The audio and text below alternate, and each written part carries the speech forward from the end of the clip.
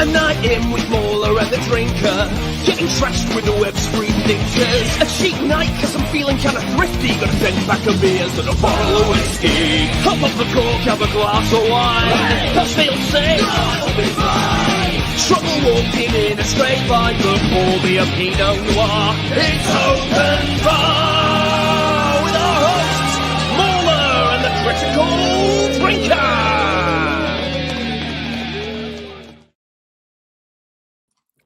All right, hello. I love at the end of that intro, by the way, like there's the one voice that just kind of goes, ooh, like it's really downbeat. Well, it's up for the fans to figure out if it's one of us, you know? It might well be, you don't know. So, hi, MauLer, how you doing today? Hey, how you doing? I'm doing wonderful. How are you? That's not the direction I was trying to go with that, but you know, I'm glad you embraced the Arnold. That's where every direction should go, okay? Yeah, I'm doing fine right now. Come on, let's go. Do it. Yeah. Well, it's great to have everyone here. We've got our bar assembled backstage, ready to go. And, well, everyone is in the chat right now. How are you all doing? We've got 1 million man one. I never know how to say his name, actually, because he sends a bunch of super chats. How am I supposed to say it? Of the critical pimp. Well, you know, one does try. Thank you. Drinker, will you ever watch analog horror? Might do. Yeah, I've seen a bunch of... I've seen a bunch of like YouTube videos that focus on that kind of thing, and it's great. I like that old VHS analog horror stuff. It's kind of cool, isn't it? It's atmospheric. Yeah. And, you know, horror is in right now, or so I'm told by the. Is it ever out? It just seems to be the one that survives the comet that hits Hollywood. Hollywood will be there. It's the DSP. It's the DSP of filmmaking. Okay, like somehow it just survives everything you throw in. People keep watching. I think so. Anyway, before we begin, are you ready for some facts? Some pointless facts, in fact. I'm sure they're very pointed. They are pointed in some ways, but this is the final one for the 1980s. We're closing out the decade, right? And we're doing it in style because a bunch of stuff happened in 1989.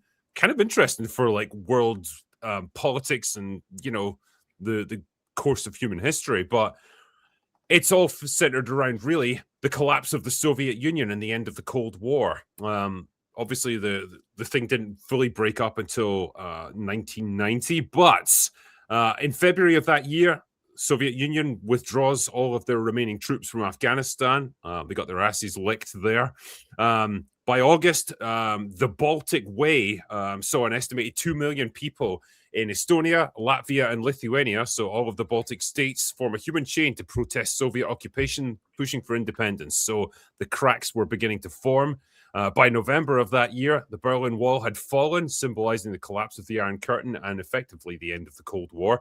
And by December of that year, it was pretty much ratified at the Malta summit. George Bush and Mikhail Gorbachev met and effectively declared an end to the Cold War, which is kind of fucking cool. Yeah.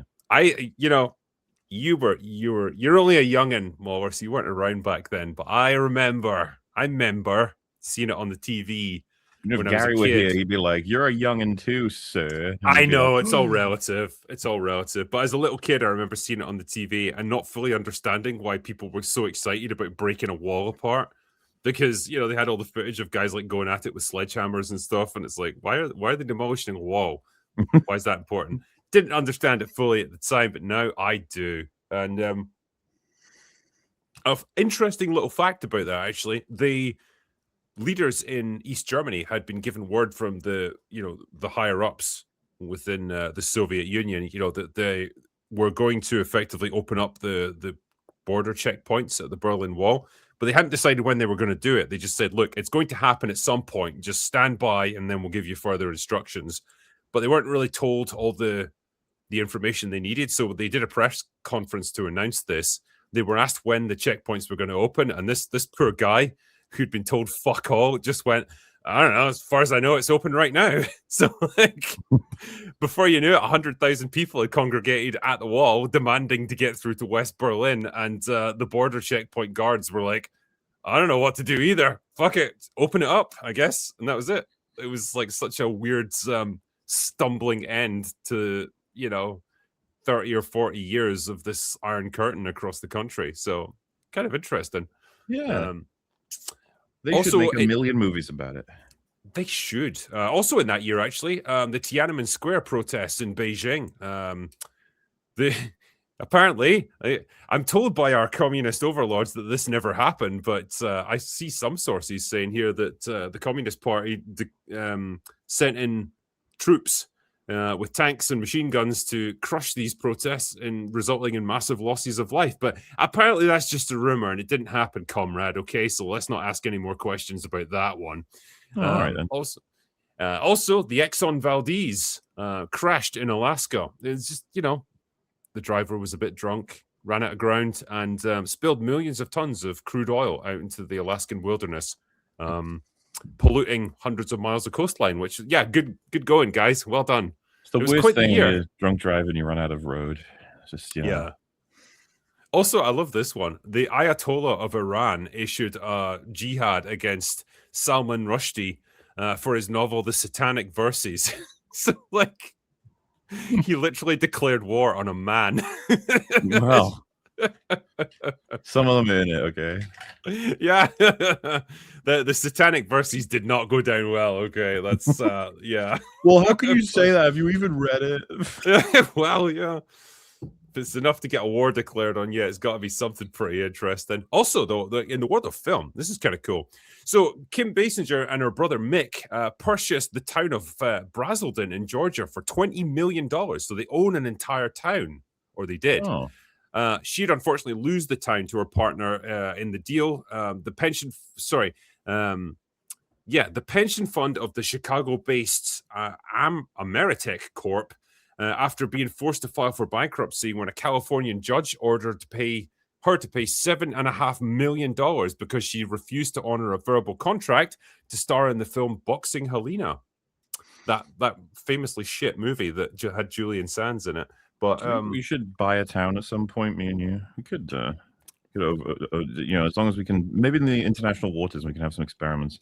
I think we could, because you can buy these shitty offshore platforms and stuff, and then declare a microstate. They've done that in the UK.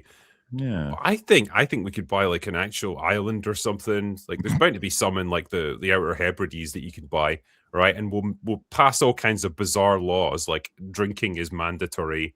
I don't know. You have to shoot at least one squirrel per week with a crossbow in order to stay there as a resident.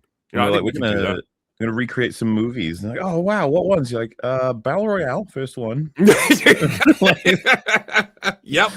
Now bear with us. Also, in this year, a director's cut of Lawrence of Arabia was released. It was 230 minutes long, which is kind of, it's a girthy one, unfortunately. It was undertaken by Robert Harris under the supervision of the original director, David Lean, which is pretty cool. Also, biggest movies of the year. The biggest one by a long way was Indiana Jones and the Last Crusades, which I love. I mean, the movie is amazing. It's not as good as Raiders, but I think it might actually be my personal favorite. I think I like that, mostly because of Sean Connery. I think his chemistry with Harrison Ford is fucking superb. I would hot take and argue it's better, but I know it's not considered better typically. The fucking connection between those two is so strong. And I really like the story too. I like obviously what he learns by the end of it. Level set pieces. It's just, what a great end for the Indiana Jones franchise. Yeah, that little line from Connery, when he's hanging off the precipice and he's trying to reach the ground. It's like, India, let it go. So, it's brilliant. It's funny because Connery, I think, was only about 13 years older than Harrison Ford. Yeah. Such an entertaining movie. And also that year, we got Batman, the Michael Keaton Batman. So that came in at 411 million, which is actually pretty respectable. We got Back to the Future Part 2. Look Who's Talking. Dead Poets Society. That was in 5, actually. I would not have thought that was so highly ranked, but 235 million. Lethal Weapon 2, Honey, I Shrunk the Kids, Ghostbusters 2, massively underrated movie. Really like Ghostbusters 2, especially in light of all the shit we got after that. The Little Mermaid, the good one, not the remake, and Born on the 4th of July, which is kind of an interesting one for the top 10. I like you clarified not the remake a little bit. It's like we are well away from when everything goes to hyper shit. We're all right. I know, yeah. It's just you like to clarify. Anyway, let's bring in our bar, shall we? Yes, sir. Let's do it. All right. Welcome everyone to the panel, to the bar. Chris Gore, Erin Underwood, and the Despot of Antrim. It's good to have you guys here. Welcome. Thanks for having me on. Hey, Despot. Hey, how's it going, Chris? What's happening? I'm Darren. Yeah, Hey, you guys need a moment. No, I'm just let's go. I'm Just excited. bring it out, okay. Well, I should begin by saying that some of us on the panel have seen Toy Story 5. I saw it literally an hour before we were due to go live for this, so I had to try and squeeze it in at the end of this afternoon. And I got through it. And I guess I need a show of hands, actually. Who here has seen it? I saw it. All right. Okay. This I is have not. I was saying this backstage, right? This is literally a first. Like we've seen a movie that Chris hasn't seen. I don't think this has ever happened on Open Bar. Or Yeah, possibly in history. I've seen one you haven't. Maybe we'll talk about it. Yeah, we will definitely talk about that because I want to hear Definitely your seen thoughts ones we on- haven't. Yeah, The vice versa. Many. Ooh. but we will give our thoughts on this one first of all. So, I guess just before the rest of you guys jump in, I will say, seeing the trailers, I was a little bit confused as to the point of this movie. And now that I've gotten to the end of it and I've seen it all, I'm still a little bit confused as to what the point of it was. I don't feel like it accomplishes a whole lot. I feel like the themes that it deals with, to a degree, have already been dealt with in previous Toy Story movies. And the current day thing that it wants to try and tackle is the march of technology. You know, in this case, like iPads, phones, social media, that kind of thing, and how it like really screws up kids to the point where they're almost acting like young adults before their time. It ages them before their time, and they don't play with toys anymore. And it's trying to fight back against that. It's a sweet enough sentiment, I guess. It's just about 10 or 15 years out of date. Like that ship has sailed by this point.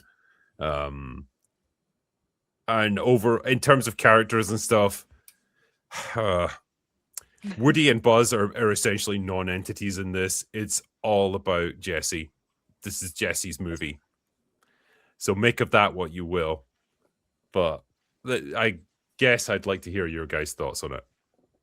Before I say anything, how's my mic, Drinker? Sorry to interrupt for technical You know reasons. what?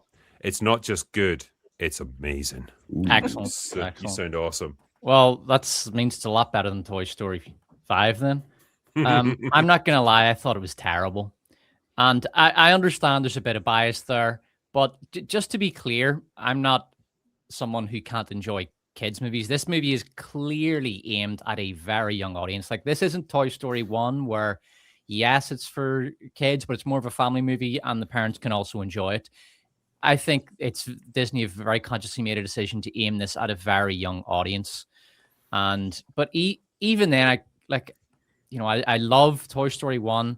I watched The Incredibles the other night with my son, and I've seen that movie a bunch of times. Still absolutely loved it. I watched The Iron Giant recently again with my son. Movie. Absolutely loved it. So I can watch, and he loved it too. So I can watch movies that are, mostly for kids and still enjoy them. There was not a single minute of Toy Story 5 where I was not bored. I really struggled not to walk out of the theater. Yeah. The characters are all far too passive. So the only character that really makes any decisions that affects the plot is Jesse, and the rest of the characters are just pulled along by the plot, by events. Even Jesse is quite a passive character. So there are times where the plot will literally, are we doing spoilers or non-spoilers? Non-spoilers, I guess. I think because we're probably going down the road of it being a bit shit, I think we can just spoil it. Okay, So, well, go ahead. the listeners have been warned. And it is shite, so there's not much to spoil. And like Trinker said, like it's the themes, it's all stuff that's been dealt with. But there's one point where Jesse is found in the middle of the road by this old couple, and they see the address of where she used to live written on her the inside of her jacket. So they take her, they literally drive her to her old farmhouse, and it just feels like it's not because the characters are making decisions. It's just the plot doing things to them. It's all very, very passive. There's not enough action. I mean, fuck me, this movie was a talkathon. There are long scenes that go on and on and on of characters just talking and talking and talking. And a lot of the time, what they're talking about is stuff that has just happened. There's a scene where Jesse gets on the walkie-talkie and gets in touch with Woody, and they just talk. It goes on forever, and they talk and they talk and they talk. And every single thing they talk about, you have already heard. You're already aware of it. It's almost like those sort of slopbuster streaming movies where the characters are constantly telling the audience what has just happened because they're expected to be on their phones. That's really the impression that I got here, that Disney decided very consciously to make the decision to have the characters speak out loud what was happening or what had just happened. And there's essentially a subplot which exists solely to advertise a new Buzz Lightyear toy. Yeah, It's a bunch of Buzz Lightyears running around trying to find Star Command, and that's it. That's all they do, and they sort of come off as lobotomites, like they've been lobotomized toys. They're slightly retarded, and they run around. They don't seem to have any agency, and they just blunder their way around until they somehow accidentally run into our heroes.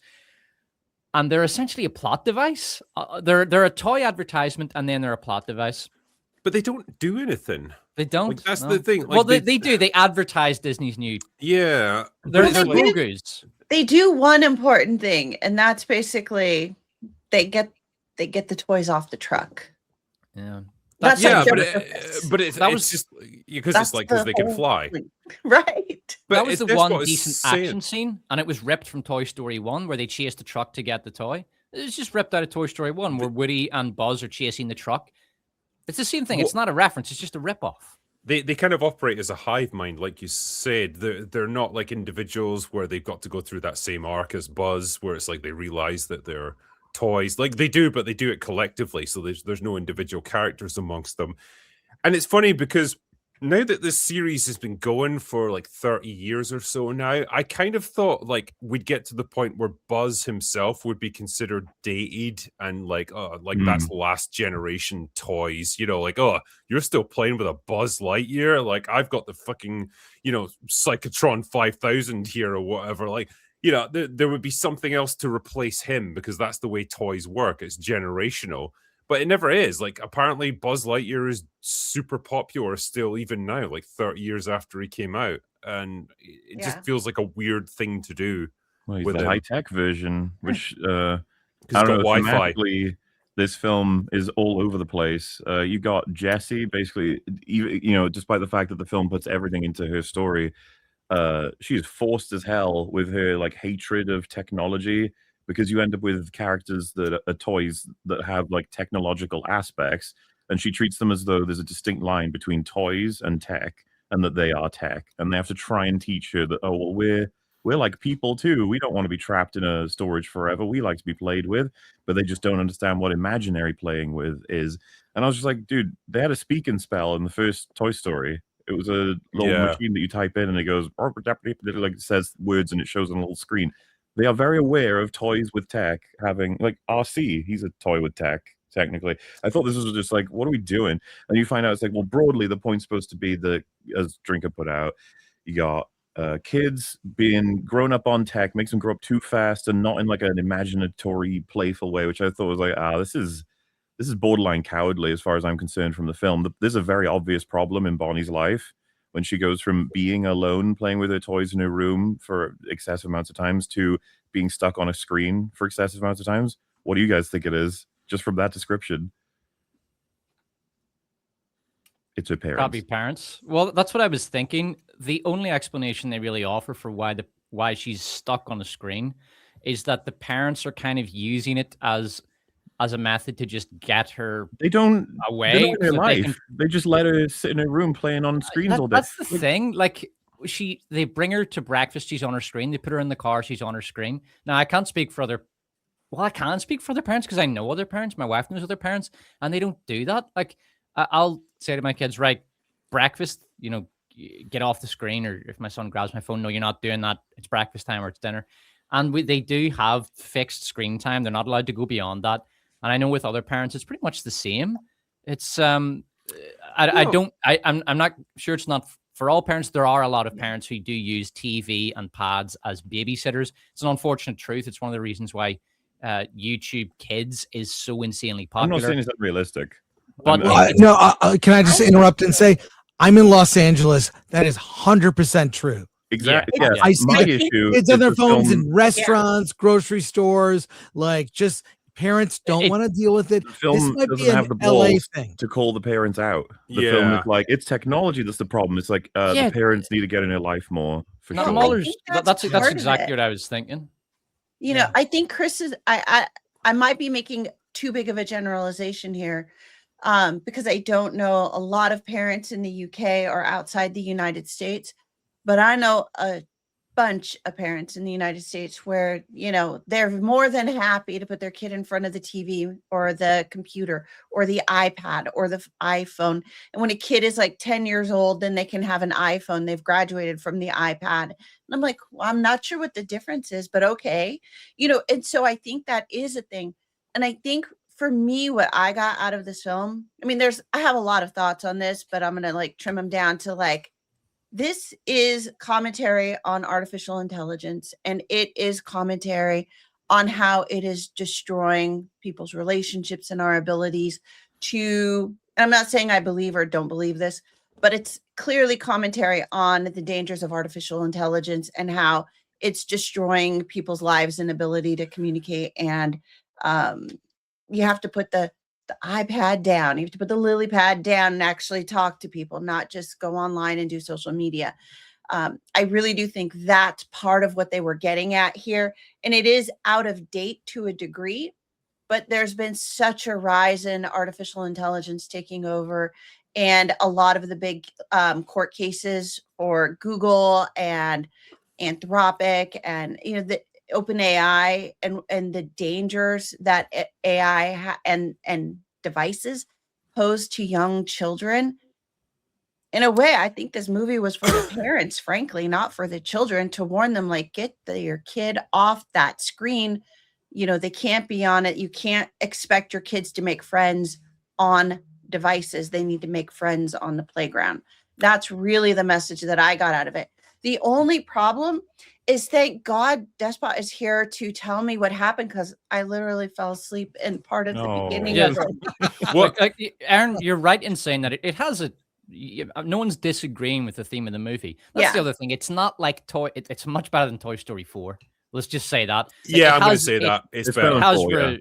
It has redeeming features. It has a couple of nice scenes, and I do like how the animation changes when the kids are playing with the toys. It kind of becomes more of a hand-drawn style. It's very I did like that artistic aspect of it, of the change. Yeah, there's a few nice things. And Chris, I saw Film Threats review, and I did agree with Alan Ng. I think it's going to make over $1 billion, and I think generally speaking, normie audiences will quite like it.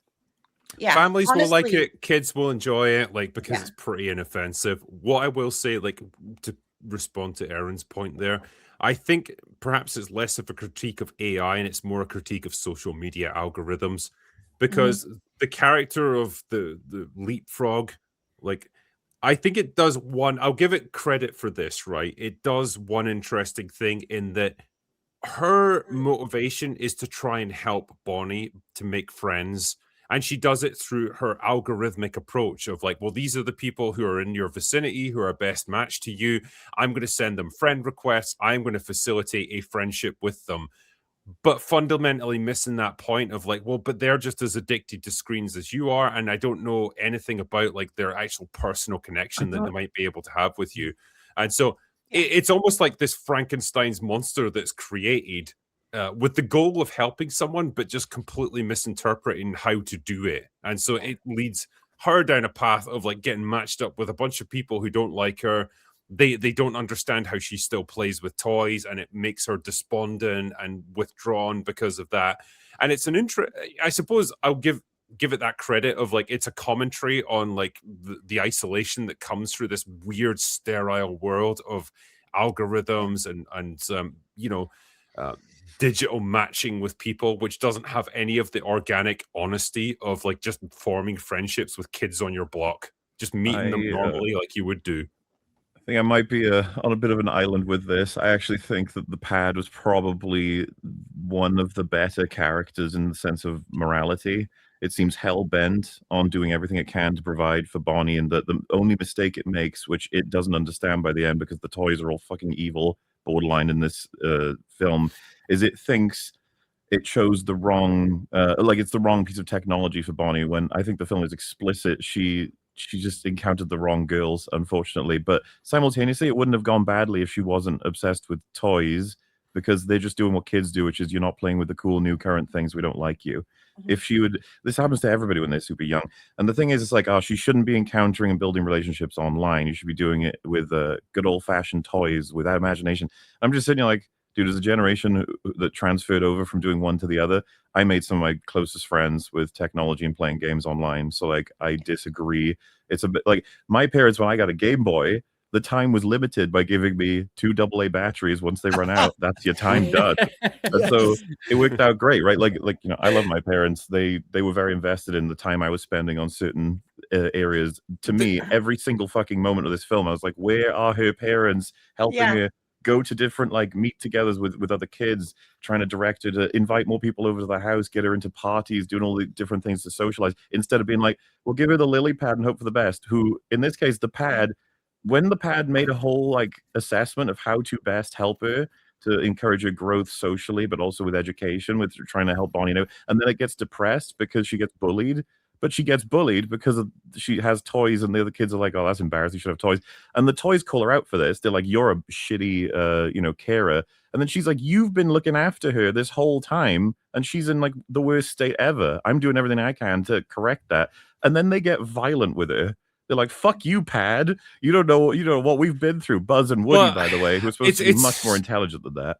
It's all predicated though on this like this kind of charmingly old-fashioned idea that like little kids should just play with toys, like it's still the 1950s or 60s or whatever, and you know, advanced technology doesn't exist anymore. And it's going for something, but like, yeah, it doesn't really match up with the psychology of how kids actually are nowadays. That's the thing. It's harkening back to a completely different era. It's kind of like it's like Steven Spielberg made it, you know, like how Disclosure Day was like this boomer fucking propaganda slop of like, oh, trust in the news media. They'll break the major stories that you need to care about. That's the only way to get it out to the world. Whereas like you could pop it onto YouTube and like everyone would see it within a matter of minutes. But, yeah, it's just it's kind of that. One of the things that I did find interesting that I don't think they meant to make this point at all is that it is kind of commentary on like generational engagement with toys or friends. Like there was a point like when I was a kid, yes, I had toys, of course, but I also read a whole lot of books, and I wasn't on an iPad, but I was mowing through those books from the library like there was no tomorrow. So like my mom would be like, why don't you go out and play with your friends? And I'm like, I'll do that later. I got to finish this book. And it was like some god awful tome that's like super big and something that like a 10-year-old shouldn't be reading. But it was like, that was a generational thing. Then it was like the Game Boy or the Ataris or the social media or whatever it is. Like every kid has that thing that they focus on from time to time. And Jesse even makes the point like that toys are for a particular point in a child's life, and when that time is over, when they age out, it's okay. They were there for the moment when they needed to be there. And I thought that was actually one of the best points that they made in this film, is that a toy or a book or a game or an iPad or whatever it is useful for the moment that the kid needs it. And when they want to grow beyond it, it's time to grow beyond it. And what I never saw in this film, which really kind of bothered me, is the parents never really helped Bonnie with that. They just delivered her the thing and handed her off. And I'm like, exactly. that's like, what is that, like gentle parenting or something? Like, I just make your kid go do something and go away and then wonder why your kid is sad and upset.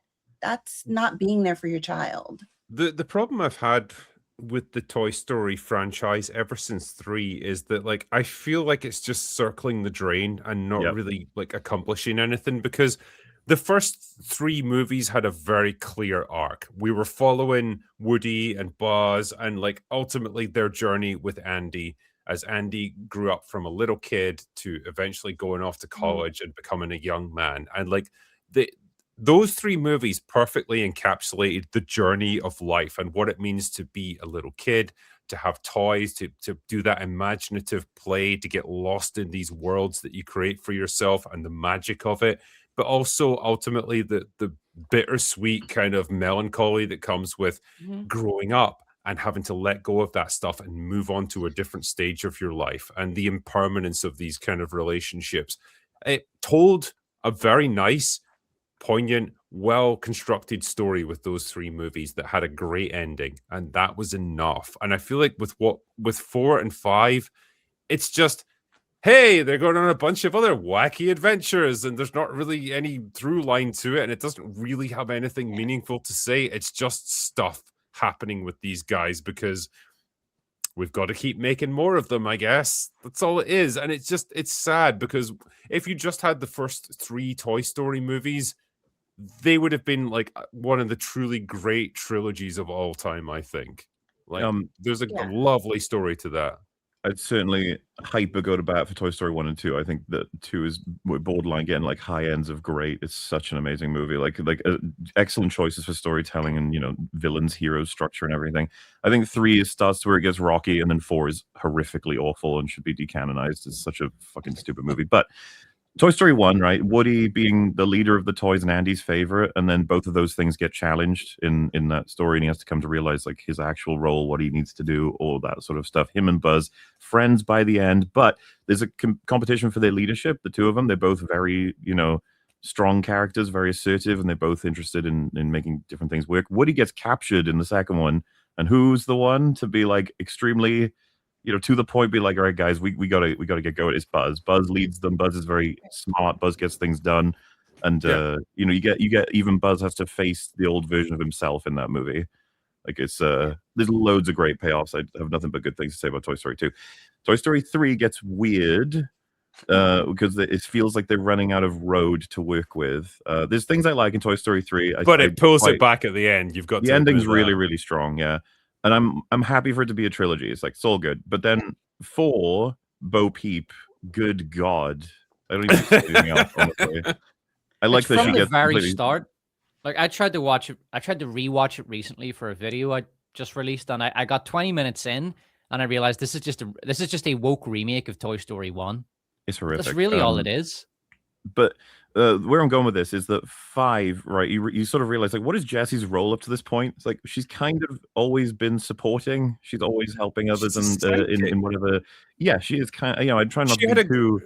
But the big thing to take away is it gets borderline Flanderized. Is every time the notion of being abandoned comes up, she'll have a panic attack and curl up, and they need to help her. They're like, "Oh, Jessie's gonna be fine. Don't worry." Don't. Even I think they have an inside joke about it at one point.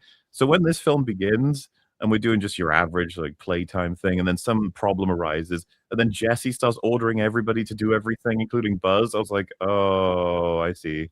Because I'm sorry, but if you lose if you lose Woody as part of this team, Buzz is now the leader.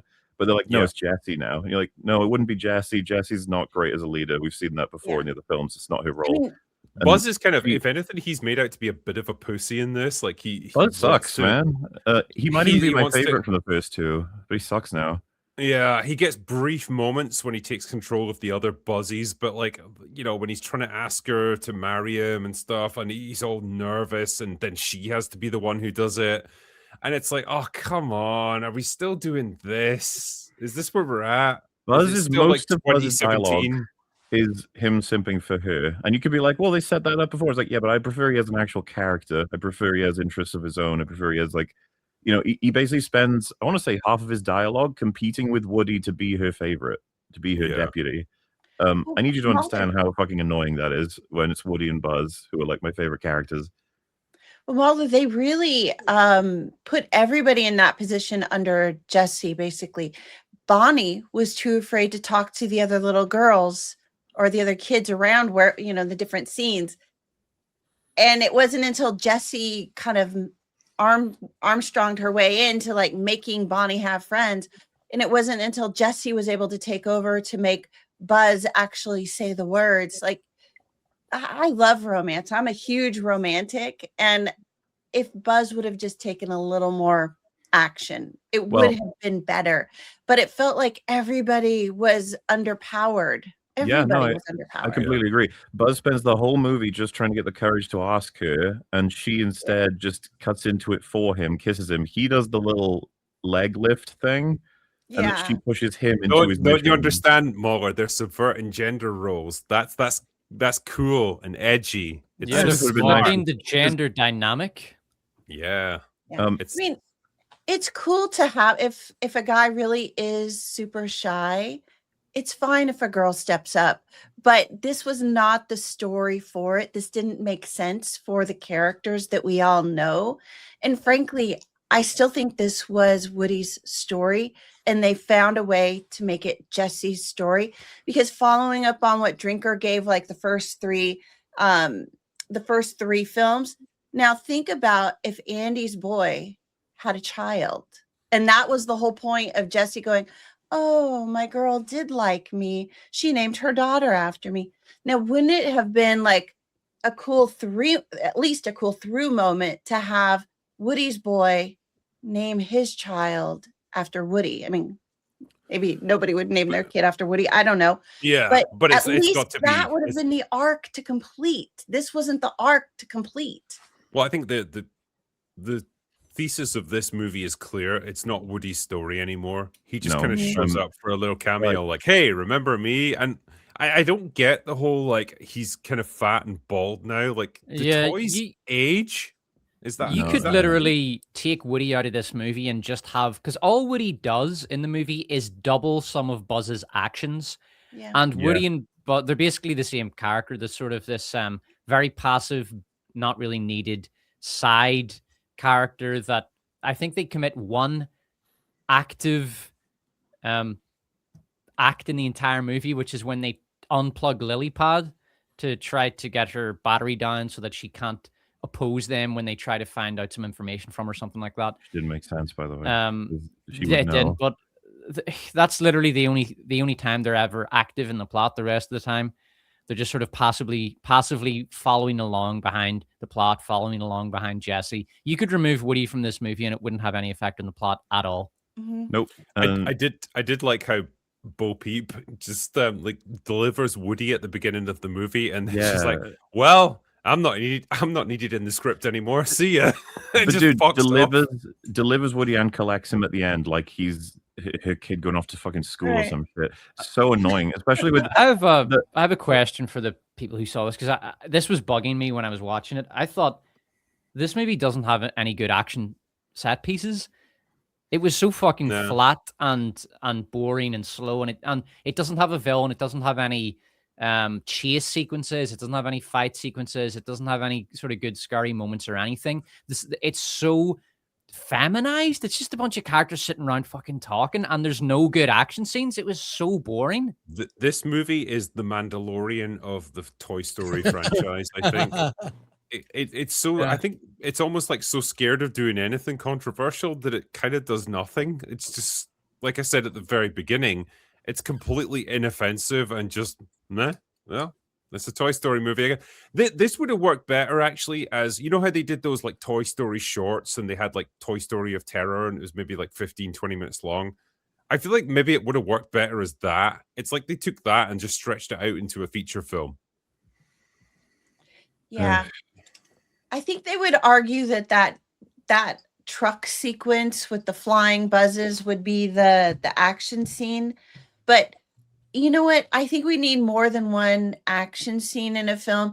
I would have liked to see, like, honestly, the Furious and, Toy Story 5 kind of merged together. I want more action like that. John I Wick didn't find Toy Story. Let's do that. child so attached to abduction. that movie. Well, Yeah, you know okay. what? That's probably a good segue. Actually, I like what you did there. Tell us a little bit about the Furious, because some of you guys have seen it. I haven't seen it yet, but I had to choose this afternoon between watching Toy Story or watching the Furious, and I feel like maybe I made the wrong choice. I think But you did. what's it like? Because I've got the trailer here, so Oh. you know what I'll do? I'll put the sound off and I'll just kind of play bits of it as you guys are talking and try and give you. Yeah. Just don't get yourself in trouble with studios, man. They're after people with these trailers now. Yeah, I've been there many times. I think it's a great film, and I don't mean to jump in on top of everybody here, but I saw this and I loved it. There's something about the AI in it that I think is really important, but I don't want to get into that yet. What I loved about this movie is the way it starts out in Chinese, and I had to read those stupid subtitles. I suck at reading subtitles, frankly. And I was getting to the point where I'm like, I'm not able to keep up. This is really hard.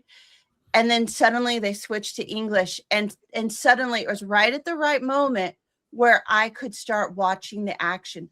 And the minute that happened, I was like, holy shit, this movie just took off to outer space. It just never stopped after that. It was one of the best, dirtiest, roughest, grittiest, nonstop action films that I've seen in such a long time. And it wasn't just about the action. It was about the character building. You got two really strong protagonists that you understood what their motivation was. It was a very simple story. And so they were able to just really dig deep on the characters and the action, and it made sense. Totally worthwhile. So in terms of the plot, because of what I'm seeing in the trailer, it looks like a guy whose daughter gets abducted when she's walking through the street, and he's on a revenge trip to rescue her. It's like Taken meets The Raid, with insane over the top fight sequences, relentless once the story kicks in.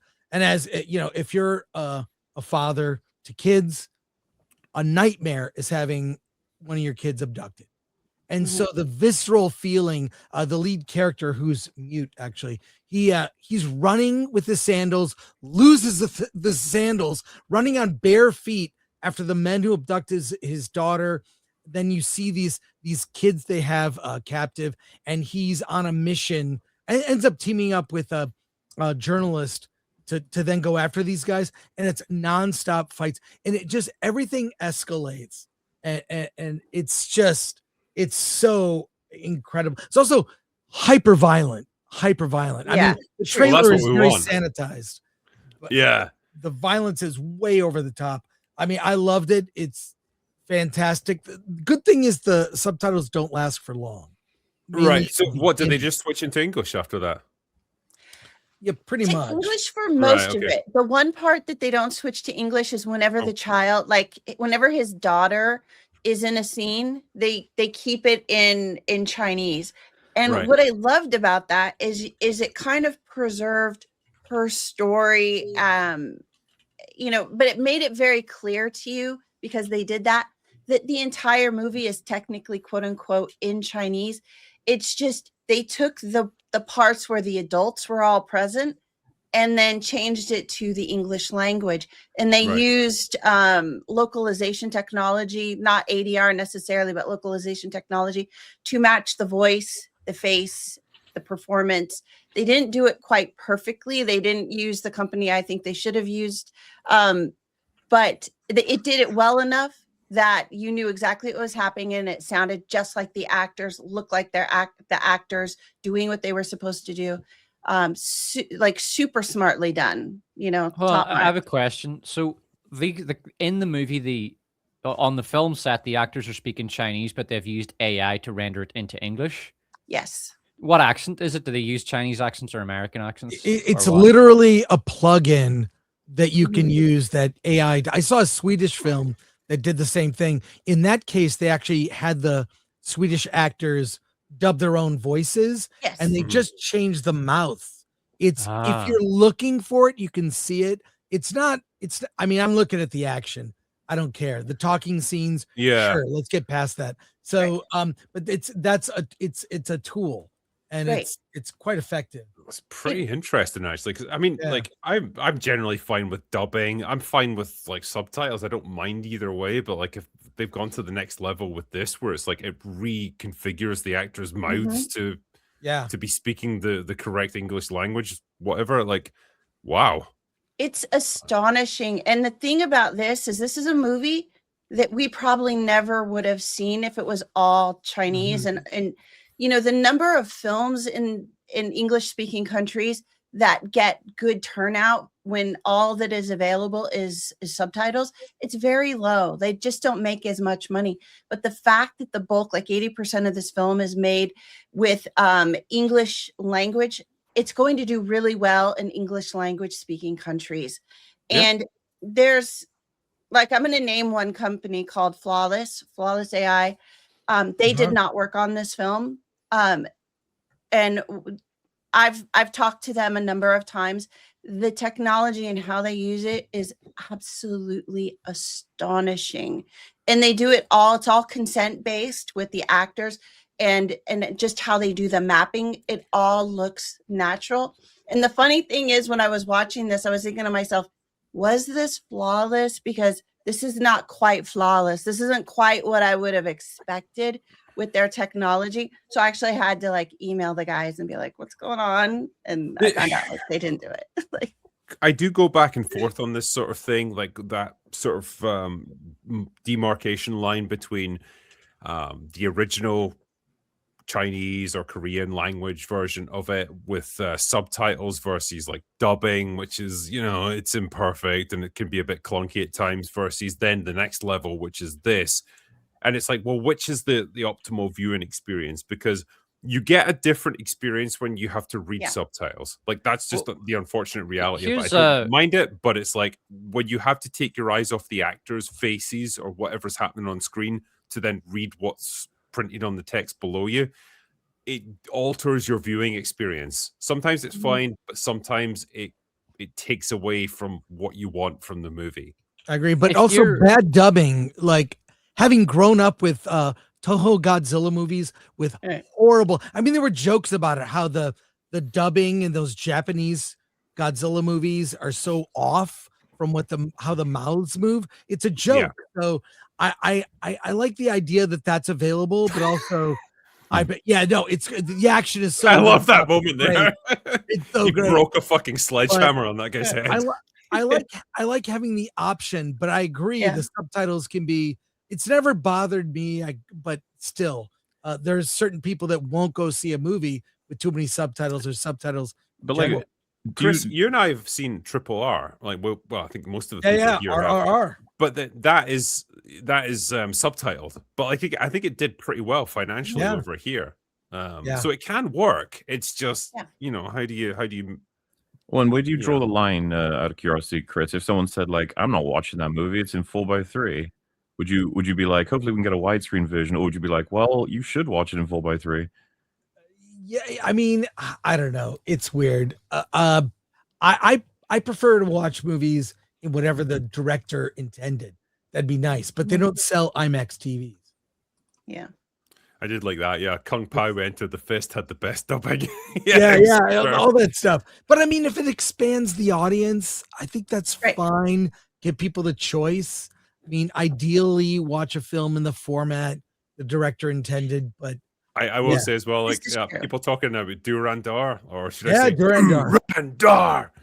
I have seen it and I liked it, and I've just reviewed it on my second channel. So there, are you happy now? That's a weird one actually, because it's 99% in Hindi with subtitles, which is fine. That's what you expect. But then it's weird because like every so often they will drop in entire sentences in English for no reason, and I still do not understand why it's done. Yeah. Maybe it's are they expressions, or are they? No, because I'd be like, okay, fine, if it's a place name or a person or a certain like expression or whatever that doesn't have a Hindi equivalent, fine, I get why you would use the English one. They'll just be talking completely in Hindi, and it's like, then suddenly you'll get like, now we have developed the ultimate weapon that we can deploy in this situation, and like that all in English, and then go straight back to Hindi, but there's no rhyme or reason to why they do it. Yeah, I think don't get it. I think there's a lot to be said for the director's original vision, or like, for instance, I have gotten into anime. I love anime so much. I actually prefer watching anime with either the Chinese or the Korean or the Chinese words, and then reading the subtitles, because I like to hear their voices. And the subtitles are actually fairly easy for me in that setting to read. With the Furious, it went so fast. Like the language was so fast. It was actually really a struggle for me. And maybe because I was writing notes at the same time, it was a struggle for me to write notes, watch the screen, watch the faces, read the words. It was a lot to juggle all at once. So I think a film like this, where there's so much action, where you want to see the blurring of the fists as they punch and fight, and you don't want to miss the guy getting, hit in the head with the hammer because you're trying to read the words. This is the kind of film where I think it does help. But like when you look at like what was it, Godzilla -1, where you didn't even need the words. It was just so beautiful without the words. But the words were great. It was very helpful in the moments where they had those. It really depends on the film itself, but I think in this case it really does help to actually hear it in a language that's easy for you to understand quickly. No, fair. I mean, I think I guess where you come into problems is, like, again, are you taking something away from the performance that the original actors gave with like the tone, the inflection of their language? Because again, like when you're watching a foreign language film, you don't necessarily understand the specific thing that they're saying, but like the tone of it, like the emotion that they can put into a sentence or a monologue, whatever it might be, there's always a chance you're going to lose that when it's a dub or when it's an AI replication of it translated into English. And, is that going to be the same experience?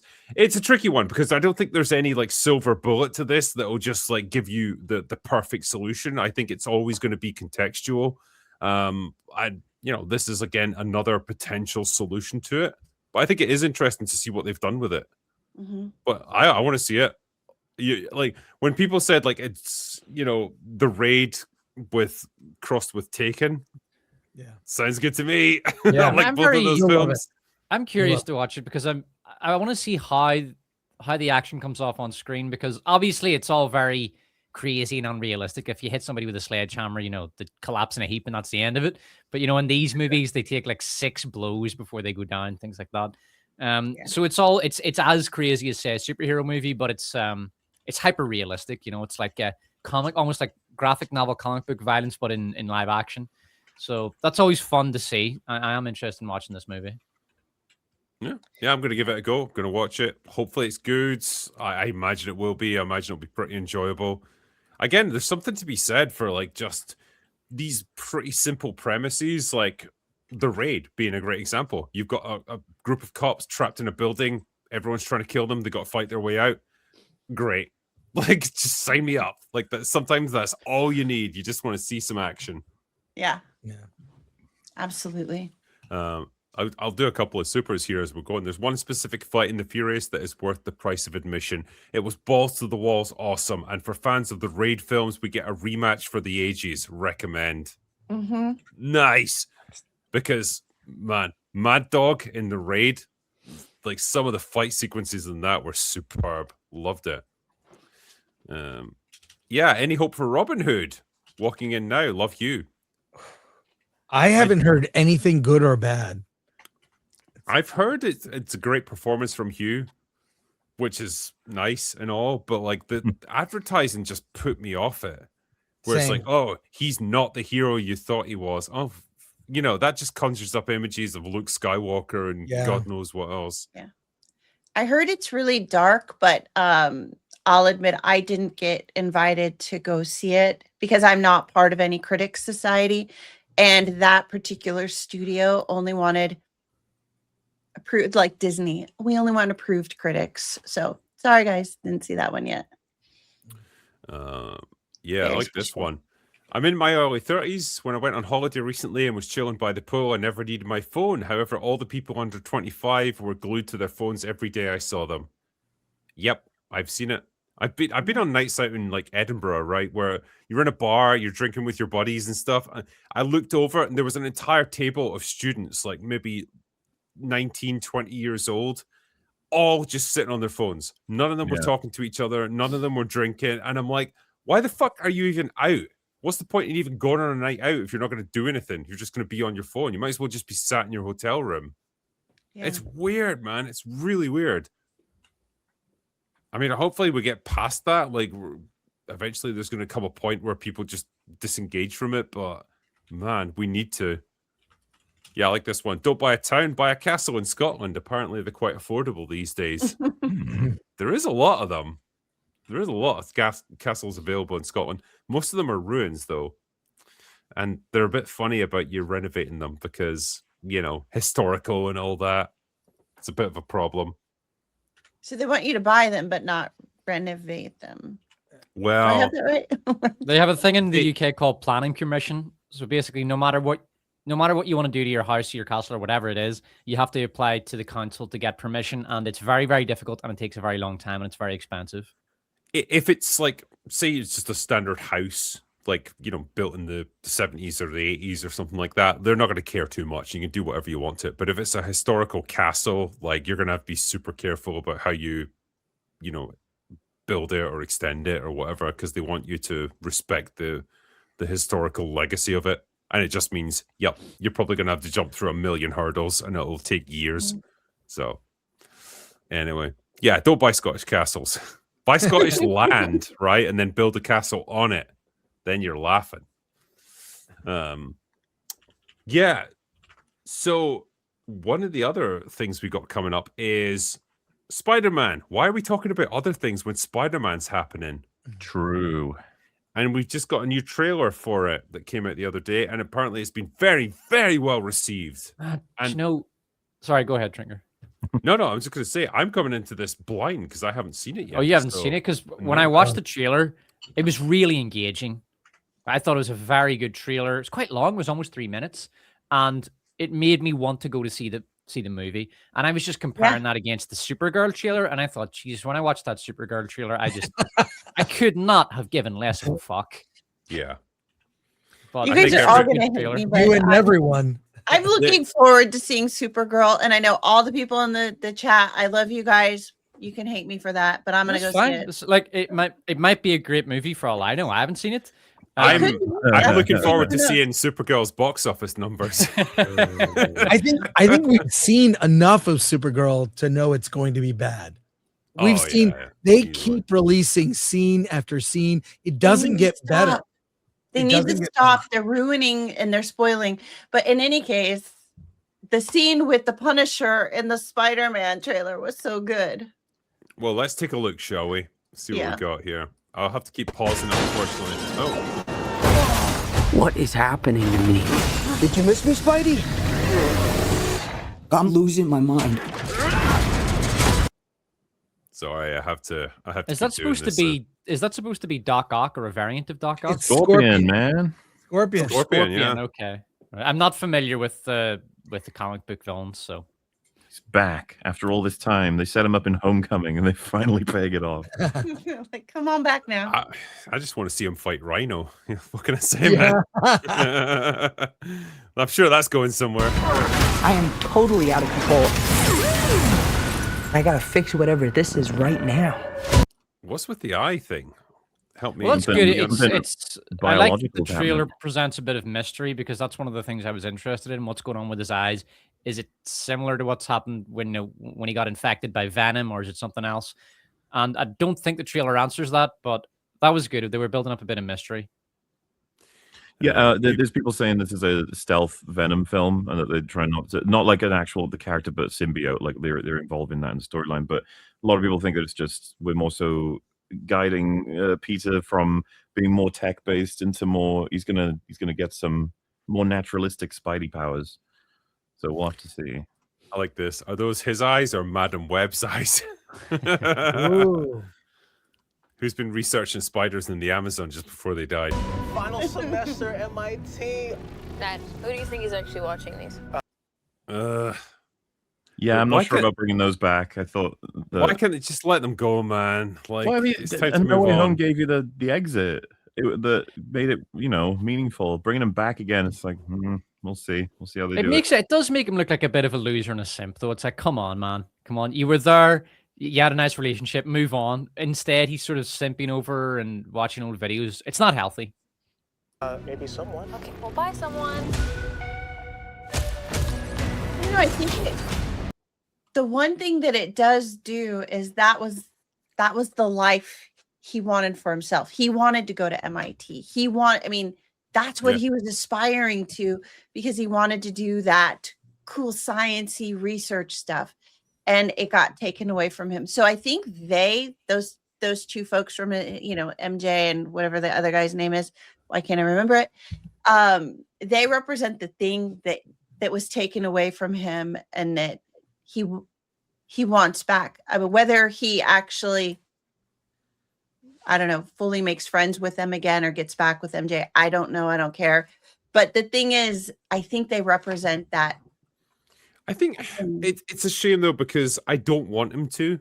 Like, it goes against the ethos of what Spider-Man is, and this is from my somewhat limited understanding of the comics, but it was always like Peter Parker has to make a lot of personal sacrifices in order to maintain not just the secrecy of his identity as Spider-Man, but just actually accomplish the things he has to do to protect other people. It always hurts him and his personal life and his personal goals. It's always about him putting aside what he wants for the greater good. And I don't like this idea of like he made this big sacrifice at the end of the previous movie and now he's trying to claw back what he lost. I don't want that. I want him to move on now and have to make a new life for himself. Yeah. Well, What the? Dr. Banner, you found a way to Fuck. well, Everybody's favorite actor. Yeah, it's like I swear to God, man, that every time I see his stupid rubbery face, I just be want clear. to like, If you shoot even remove myself. the Mark Ruffalo of the equation, I'm not even. It's like welcome back Hulk to be a supporting character in another movie where we don't even know if they get anything right, other than he's going to turn up and hit people. I don't know. Like there's like what I'm saying is there's multiple layers to the whole like please leave. I don't even know what you're here. I mean, there's multiple ways. I just want to say I don't want to see Mark Ruffalo in more movies. Like I don't know. I mean, isn't the perfect introduction for a potential for the Lizard getting another actor to play Dr. Connors instead of doing this? Yeah, that'd be nice. But it's like you remember him though. He's a thing. Yeah, You have to. DNA, right? If you see me with this stuff, run. Oh goodness, that's cringe. Like the rest of the trailer, it might be great. That's cringe as fuck. So could you get rid of the bad aspects but keep the good? How would you decide what parts of nature are good or bad? Sorry about that. What a freeze frame. Just Yeah. I don't know. It really does speak to the fact that there's a point where we need to let the actors transition out, and we need to be okay with saying goodbye to them, whether we love them or hate them. It's time for them to move on so that the universe can keep on rolling and not be dependent upon a particular actor to hold a particular role in that particular universe, in that particular storyline. Let's move this on. is where I feel really fucking old, where I'm like, I've lived through 3 Spider-Men in my time. I've You seen say them. that like that's kind of recent-ish. That's 2000s onward, right? So most people in the audience will have as well. MauLer, that's not that recent. That's 25 years ago. That is recent, old man. If you were talking about 80s, 90s, 2000s, and I'd be That's like, yeah, like, okay. no, that's like in the year 2000 saying it wasn't that long ago, bro. It was only 1975. Yeah. I agree. What are you guys talking about? Everything's relative, but like 2000, say it like, oh, it's MauLer. the ancient times of 2000. Like, calm down.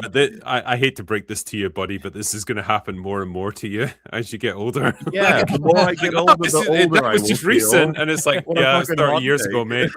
No, I Yeah. refuse. We had That's 3 hilarious. Spider-Man pretty fast. That didn't happen over major. Yeah, I generations. agree that Andrew Garfield. I fucking hate those movies, by the way.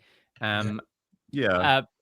They came on way too fast after the Sam Raimi trilogy, and I didn't get it. I was like, I mean, they were popular, they made a lot of money, and I didn't understand because I thought, I've seen them, I think they're shit. I don't like Andrew Garfield in the role, and who asked for this? This is so vastly inferior to the Sam Raimi stuff. Yep. You're not one of my students, are you? It appears we're faced with a threat we can't control. One we can't even see. Ooh, what we got? History. Yeah. Yeah, wait. That's actually interesting because we've lived through way more Batmans. That would be the thing to cite, probably, Drinker. So what we had, Keaton. Well, Keaton wasn't even around when you were. Yeah, you weren't around when Keaton was doing Yeah. Batman. Exactly. So, So you I could love cite Keaton that, back and I in would the be like, day. yeah, fair enough. no, but old the 90s was this wild ride of Batman. Yeah. It's like, man. you know, in the space of like what, a decade, you had Keaton, Kilmer, Clooney, and then Bale. Yeah. But that was the beauty of wild. the Batman and Kevin Conroy revolving doing it as well. chair is we were able to like not get super attached to one actor in a role. Like nowadays, it's like God help us if Superman comes out and with another actor, it'll break the internet. Like we need to be able to let people go and move on. That's an interesting angle from both sides, because take Wolverine, for example. A lot of the audience are like, nobody's ever going to be able to do it as well as Hugh Jackman. But simultaneously, the studios are like, nobody's going to be able to do it as well as you do. So like, we're not even going to risk it. We'll just bring it out every. It's like, if nobody's willing to take the plunge, to do the experiment, then we're never going to be able to move on. Yeah. You know? I love this super chat here. It's like 25 years is a long time, MauLer. I went from drinking boob milk to having to pay taxis, and I hate taxis. Good one. 50 years is longer, though, you know? That is true, yeah. You're the only one who's immune to it. You're the only one who can sense it. Yeah, so what's this all about? I mean, that's interesting. They're trying to... people are affected with some sort of psychological condition, and then Spider-Man has to go up against it. I like that. I think that's taking an element of superhero movies and advancing it. So the problem with a lot of superhero movies is that the enemy is just a purely physical kinetic force, and you have to use physical kinetic action to deal with it, right? But here it's a psychological phenomenon. And it's a mystery, and Spider-Man, he can have all the superpowers in the world. It's not necessarily going to help him if he can't figure out what's going on. So it's more of a puzzle and a mystery rather than a, just go fight the CGI blob until it dies type movie. And I quite like that. 100%. I would much rather that. What do you think they're looking for? Oh, see, you stumbled across my board. I'm not one of those weirdos, I swear. He's a little weird. I'm MJ. You two don't know each other? No.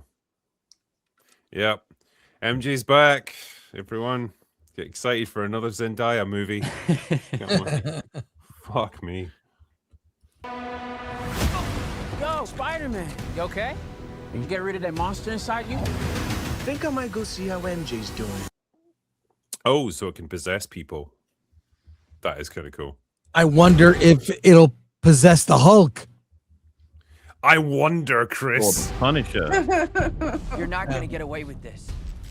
But he might. Oh, it is. Yeah, it's going to possess the Hulk. I didn't know you could get... We're actually getting real Hulk.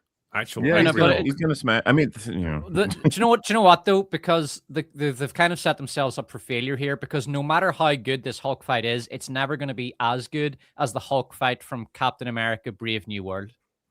Clearly, no. There's no vibranium wings or anything to protect you. No disgustingly bad CGI backgrounds. But you're in danger. You just have to trust me. Fine. Yeah. Yeah, I guess they're fully back, you know? Not necessarily. Maybe he's just saving her. That would be fully back. I am. What the hell is that? Who the hell are you? Frank, please. I don't have anywhere... The Punisher's a weird thing to dump into this. Like, I mean, the whole okay, concoction is weird. We got the know. fucking Hand in this. We've got Scorpion in this. We got Punisher. We got Hulk. Yeah. We got Ned. You got the Hulk. It's a weird chemistry going on. I don't know if it's going to work out. would I be right in saying like they just they haven't known what to do with the Punisher for like a decade now. Like he's just there. They know John Bernthal's popular and like okay, that's what they do yeah, with him. He moves he a lot. roars really well. No one roars quite like John Bernthal. But like, what's the point in putting him here? You saw that Disney Plus Punisher special. Yep. The same guy who murdered like 40, 50 people. Now he's well, they deserved it because they killed a puppy. The one guy. Yeah. This is brutal. Zendaya and Holland, two Zoomers that I never need to see in movies again. Oh, you'll see. You'll see. I'd add Timothy Chalamet into that, but like that's just me. Getting so fucking tired of him. Where else to go? Yeah. By the people who love you. Just gonna let him go by himself? Love you because you're you. If you're gonna do something, you better do it now.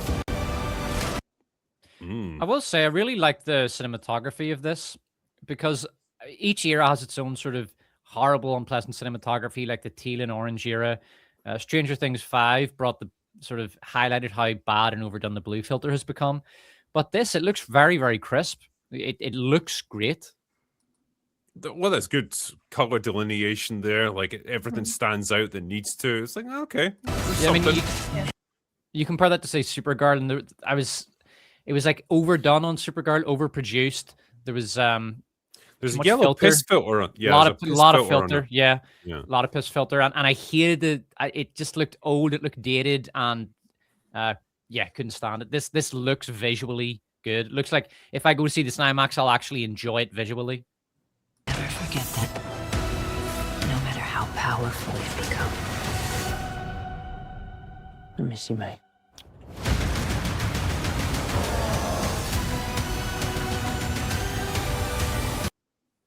Sorry, just pausing for copyright reasons. I mean, yeah, overall, I think it looks good. fair enough. Yeah, like we get to see like a more powerful version of Spider-Man, I guess. Like you see him really using his web abilities, which is kind of cool. Web Spooge is now canon in Marvel.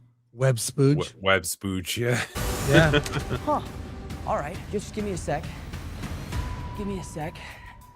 I'm not in high school anymore. Oh. Did you stretch? You a big stretcher? Honestly, when he hunkered down, I thought he was going to take a dump or something. It's like, damn. That's the Scottishness in me. It's so good for you. You ready? Yeah, okay. Sure. Well, based on ticket sales, I don't know if you saw insane ticket sales. Yeah. It's Spider-Man. It's reliable, isn't it? Yeah. Spider-Man movies are reliable box office draws. I think as Gary was saying, I don't know that we'll get, I think the age of the superhero connected universe movie, that may be done, but Spider-Man and Batman are like Johnny on the spot. Those franchises make money. I'll show you the one popcorn bucket. Have you seen the Spider-Man popcorn buckets? Check this one out. Check or share. I shared so screen weird. here. Yeah. There you've got your Spidey. He's got. You can have. I mean, it doesn't popcorn look in like what you think it is. Yeah, popcorn in the web spooge, and No. a drink is in the hand. So there you go. It's a 2-in-1 combo container. I So- mean, there's. I'm not sure that's a win. Like, Yeah, I think it's better than the Fleshlight Supergirl one. I was gonna say, I think I've got it here. Actually, let me see if I can grab it. You have it? That's Yeah, great. hold on. There it is. Yeah. No. Oh, no. No, It is. don't do that. How It's is a that- it's a foreskin, basically. Can I just ask what happened that we forgot how to market shit? Like, who designed this and thought it looked good? Who, let's You see know, with it the kind of- Spider-Man thing. it Where are the reminds artists? me- Did AI make it? It reminds me of a scrotum. It looks more like a scrotum than foreskin. It's it's like wrinkly and saggy and stuff. It's Is it not? I thought that at this point they do this on purpose because of what happened with the Dune one. Like all companies are trying to get that angle, so they're like, no, this is totally fine. Don't worry about it. Because then everyone talks about it. When your lead actress is called Allcock, I mean, it's just, you're walking right into it, man. Yeah, no kidding. Yeah. I just really need studios to figure out how to market again, how to write good copy, how to write stories, how to make a trailer that actually represents the film without spoiling the film and not making it seem like a different film. Like, what happened over the last decade that we've forgotten how to tell story? They show too much. I mean, I like that Spider-Man trailer. I feel like it didn't need it. They really showed way too much. They didn't need that trailer, but it was fun, but they didn't need it. You're absolutely right, Chris. Yeah. That's 100%. It's the same problem they had with Superman, where it's like you show so much that you actually create a kind of weariness amongst the audience, where it's like, I feel like I've seen so much of this movie. Like I've seen the movie like 2 or 3 times already, and I'm exhausted with it, and I'm burned out with it before it's even come out. Like at a certain point, it becomes counterproductive. It really does. It's so true. Like I think that with Supergirl, I think they could have eliminated so much of just the weird angst and negativity that they were trying to avoid by limiting the number of trailers they sent out. And the last one gave away so many new scenes. I mean, why do they do? I mean, I guess I know why they do this. They're trying to drive hype. They don't know how to market. They don't know where to put the stuff. They want the trailers to be talked about on shows like Drinkers because they don't care if it's good PR or bad PR. They think PR does what they need it to do, and it doesn't anymore. It doesn't work that way. I think they want women to go see a Supergirl movie, and I think objectively speaking, women don't want that. They want, because I do know women, they want the Devil Wears Prada too. They want Barbie. They don't give a shit about laser eyes, being a woman who can shoot laser eyes. And that's why I think there's so much apathy towards Supergirl. And it's gonna perform on the level of the Marvels, if not worse. Chris, I think it'll do more than the Marvels, because the Marvels barely broke 200. I think Supergirl will get closer to 300, but that's a stretch. Chris, there was this notion, and this was one of the big things, a decade ago that feminized all these franchises, where they thought if we just take a male franchise and put a bunch of female characters in it, and we forefront all of these movies with female characters, then women will come and see it. Is that thinking still prominent, or have they realized now that doesn't work? I don't know. I think Hollywood, they never leer, so to speak. So, yeah. I mean, as the one girl on the panel, I think there are actually girls who want to see superhero movies. I'm one of them. I love the fuck out of a superhero movie. I love female superheroes in superhero movies. But what I don't love is when they design a female superhero to act like a male superhero, and it's as if it could have been any superhero. Let's just call it Supergirl, or let's just call it, Captain Marvel. You can't just like swap out a character and expect it to work. Wonder Woman was fantastic because they leaned into the story of Wonder Woman, and everyone went to see it. Even people who didn't think it was going to be good ended up liking it. A lot of guys ended up liking it. There's no reason a girl superhero movie shouldn't be able to work if they lean into what it means to be a girl and a superhero rather than a girl trying to be a male superhero. I agree 100%, because I think Wonder Woman worked great because they leaned into the feminine aspects of her. Like she's got a protectiveness to her. She's got a softness, like psychologically wanting to help people, protect them, rather than just being like, oh, I'm angry and I'm defiant and I'm rebellious or whatever. And I think they've gone the exact opposite road with this Supergirl movie, thinking it's going to appeal to girls because it's like you're breaking free of stereotypes and she's not your typical superhero. She's not here to live up to your expectations. She's here to be her own person. And like they think that's rebellious. They think it's empowering, but it just comes across as really arrogant and self-aggrandizing and selfish. And it just turns people off. I don't think men definitely don't like it. And I get the impression women don't really warm to it either. And I like that Wonder Woman wanted to wear a mini skirt so she could kick high with her legs. Well, there's all kinds of stuff in that movie that is interesting. Like even like when she's walking down the street and she sees a baby in like a carriage, and she's like, "Oh, look, a baby!" Because like on Themyscira, like things don't work that way, and so it's different. Right. And she's fascinated by this, but like that's just little character moments that just remind you, oh yeah, she is actually a woman. She's like super powered and like immortal, effectively, but she is a woman with some of the same mentality that comes with any woman ever. And that's okay. It's not something that has to be stamped out and erased. So that's okay. But yeah, we're going to get a different kind of superhero here, I guess. There was one I wanted to do just before we move on here. John Walker is still the only one I give a shit about. Is he safe? Is he all right? Also, MauLer next on Bridal Rage when they've wasted John Walker. He's a classic character that you should hate, but you end up liking because he's like actually... Yeah, to be clear, his justified potential came against their intentions. So, like, we shouldn't expect them to do anything fun with him because they've never liked him. They've always begrudgingly been like, "What? The audience has any investment?" Even Thunderbolts, some of the best moments in that film were his, but they also did a lot more damage. Right? They made him a shitty father. Yeah, they'll Winter Soldier him ultimately. He'll just become irrelevant. I wouldn't be surprised if they just have him killed off, like in a just side scene in Doomsday or whatever. But next video, who knows? I'm working. Chris, I know we've only got you for so long tonight, but there was a movie that I wanted to hear your opinion of that you've seen and a lot of the rest of us haven't. Is Citizen Vigilante, and it's a Yui Boll film with Armie Hammer in it. That is quite the combination of people that have been cancelled by Hollywood.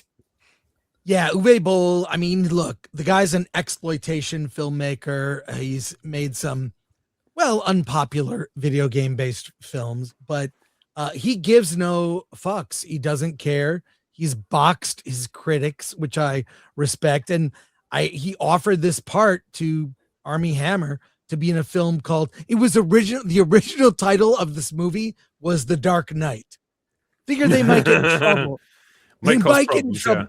So they changed it to Citizen Vigilante, and the timing of this film, which is released, I believe, today or tomorrow on VOD, could not be better. I mean, if you want to see, I have a 30-second clip that can we show this?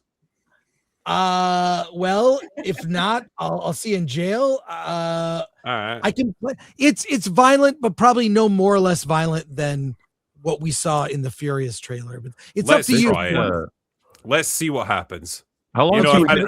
I've had a good run on YouTube, and if this is the end of it, then so be it. Well, clip it out if there's an issue. But look, it just leans into current events. Can I just say that current events? It's your show, Drinker.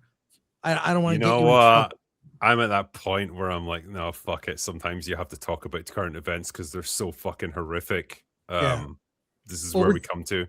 We're talking about a movie. It's an action film. It's also not particularly original. I mean, it's a revenge story on the level of a Clint Eastwood or a Death Wish, Charles Bronson, or name any other movie where revenge is a motivation. But I'll just play this 30-second clip and we can talk about it after that. All right. Europe. Not it. Oh, yeah, they get straight into it. I'm here to show you that you are no longer the victims. It's time to go out and show these fuckers that they aren't getting away with it. I do this for you until you learn to do it for yourself. I mean, that gives you a taste of what this is. It's a revenge story, but very specific to current events in Europe, and I'll say no more. It seems a bit like Law-Abiding Citizen, but like transposed into current events here in the UK. 100%, and it's a tight 90-minute action. It just leans into get the horrible people and give them what they deserve. I think it's very good on that for an exploitation movie. It's very fun. Uwe knows how to play this, but yeah, it's good. I think this will be controversial in the way that Sound of Freedom was. There are people that are gonna love it, and then others that say, "How could you make this movie?" So I was going to say, like, comparing this to other UV Ball films, you know, like House of the Dead, like those completely trashy, like video game adaptations, Yeah. is like bordering on being halfway decent. yeah, Okay. Yeah. Okay. I mean, Army Hammer is really good in this film. I think also because his career was all but over, Mm. you know, and he made amends. I don't want to go down a rabbit hole of talking about that, but the guy didn't break the law. He cheated and was kind of creepy in some sense. So, you know, putting that aside, he's great in this movie. So, and you know, he was supposed to play Batman in the George Miller Justice League. He was cast and had the costume, and you know, he was in Australia ready to make it, and they shut it down. So, People are saying, like, isn't he a cannibal? Like, no, I mean, I know you joke about that, like, but I think that joke sort of ran its course a while ago, and wasn't he falsely accused by some bitch during the Me Too movement of being a cannibal? yes, or something? that's actually what happened. And yeah, that's why really? But he I was kinda having an find that- affair. He was having an affair. He cheated. He you know, he's made his amends, and it ruined his. He's talked about it. It ruined his marriage, obviously, and it wasn't worth it. And you know, Yeah. if you Actually, if it's you- almost like it's a case of shit happens, people make mistakes. But with the Yeah. case of Army Hammer, from what I understand, he just got kind of screwed over. It wasn't just that, you know, you take your licks and you move on in life. Like, he got fucked in I ways thought that most that other people wouldn't.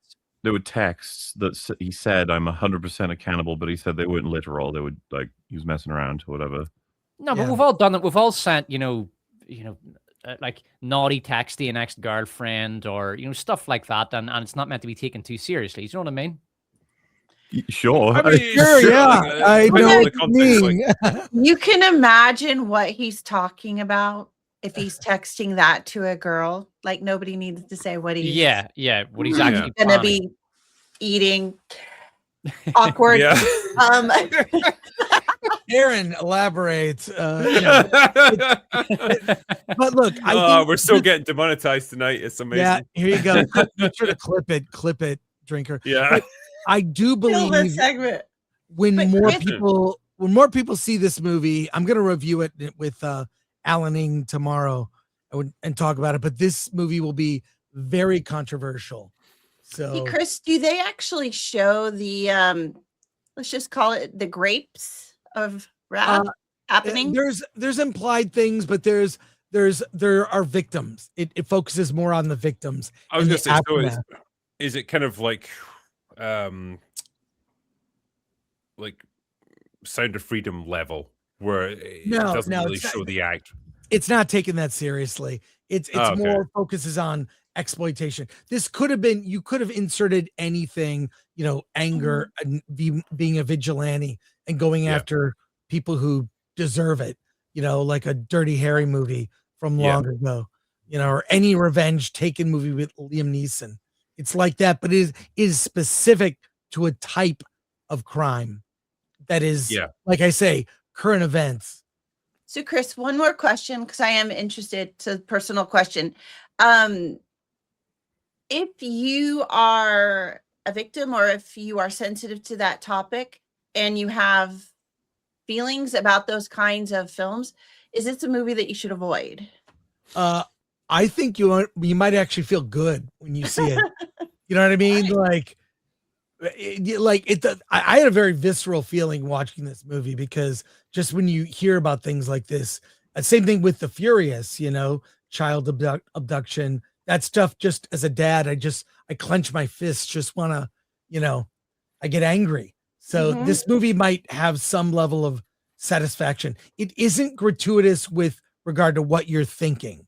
It's gratuitous in a different way, where, and it doesn't just go after the perpetrators. It goes after politicians who may have been complicit in that as well. And that's where it's like really specific to current events, which Chris, as a resident of the UK, I clearly have no idea what you're referring to there. Couldn't possibly comment on that. all I know is it's banned in Germany, and I expect other countries to kind of. I know it's on Fandango. You know, you can rent it or buy it right now. But I've seen it, and we're going to talk about it. So there you go. Yeah. And with that, I think I got to run. I actually have to go see Toy Story 5, which I do not care about. We've just fucking ruined it for you. So No, good luck, well, buddy. Might like it I more think than I you think think. Pixar already ruined it for him. Yeah. I don't know. My question is with these things, we're at Toy Story freaking 5. There will be a 6. At what point do these IPs lose their value the longer they go on? I almost think if Disney never made a Star Wars movie, Star Wars would be worth more money. And I feel that way about all these franchises now. Toy Story, everything. Like, the more you make, the more you devalue the thing. So why are you doing that? I was asked on my previous Ask the Drinker stream, like, do you think, Star Wars as a brand would be in a better place if Lucas had never sold it to Disney? And I said, absolutely. 100%. You would have lost the short-term gains of like Force Awakens and stuff where you're making billions of dollars. But ultimately, the merchandising, the overall health of the brand, the fan base would have been infinitely better off if that had never happened. And you were just still stuck in the prequel era of Star Wars. I think it would have been way better off. Well, hopefully we get the hunt for Ben Solo one day. But and with Ben that, Solo. with that, I'll go away now. Great talking to you all. Take care. Later. Thanks, Chris. Appreciate it. I've got this other fantastic article from Millie Alcock, who just keeps making me want to see this movie harder and harder. It's hard to even describe. But anyway, let me bring it up here so you guys can see it. So I'll share screen. Here we go. Boom, boom, boom, and done. All right. You guys see that? Yes. This is courtesy of Washington Times. Supergirl star Millie Alcock says, go away. Says she is honored the character is embraced as a queer icon. This is important stuff, by the way. That's going to really impact the importance of this movie. Well, as a fellow queer icon, Drinker, you must find this a very engaging. Honestly, like, I feel like she's trying to compete with me on this. I don't appreciate it. Muscling in on your territory. I'm not just a queer icon. I am the queer icon. I haven't read this article, but I don't understand. Like, I don't understand why we have to split things out like that. Can't she just be an iconic superhero? It's because every demographic of human has to see themselves represented on screen. And so this is how it works now. In the minds of people in Hollywood. In terms of real people, it doesn't work like that. But in their minds, it does. And it's quote here says, I've played a few characters that might have potential queer through line. Of course, I have many queer friends. So honestly, I'm kind of honored, she said. I'm honored that that's happening. But I think because she doesn't live inside the binary of what we think a woman should be, that is what makes it so special and so exciting and so new. And yeah, it's honestly, it feels like they're just grasping for anything at this point. Are they rage baiting? I have to ask, because this is so 2017, man. Like, it feels like an interview you would have gotten from some Hollywood wannabe, 7 or 8 years ago.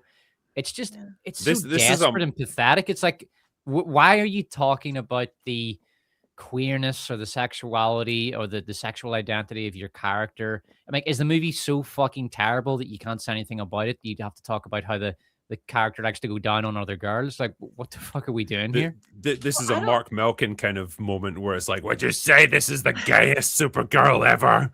Like, yeah, I guess. Sure. Like, she's gay as fuck. Sure. Well, I really do think a lot of this is the media. They love baiting people. I mean, what was the point of that question except to get her to say something that could turn into a headline if she answered the question in any way? And she's not going to say anything negative. She's going to say something positive. So it's actually the most vanilla response she could have possibly made, but it was asked because they wanted her to say something and they got her to say something.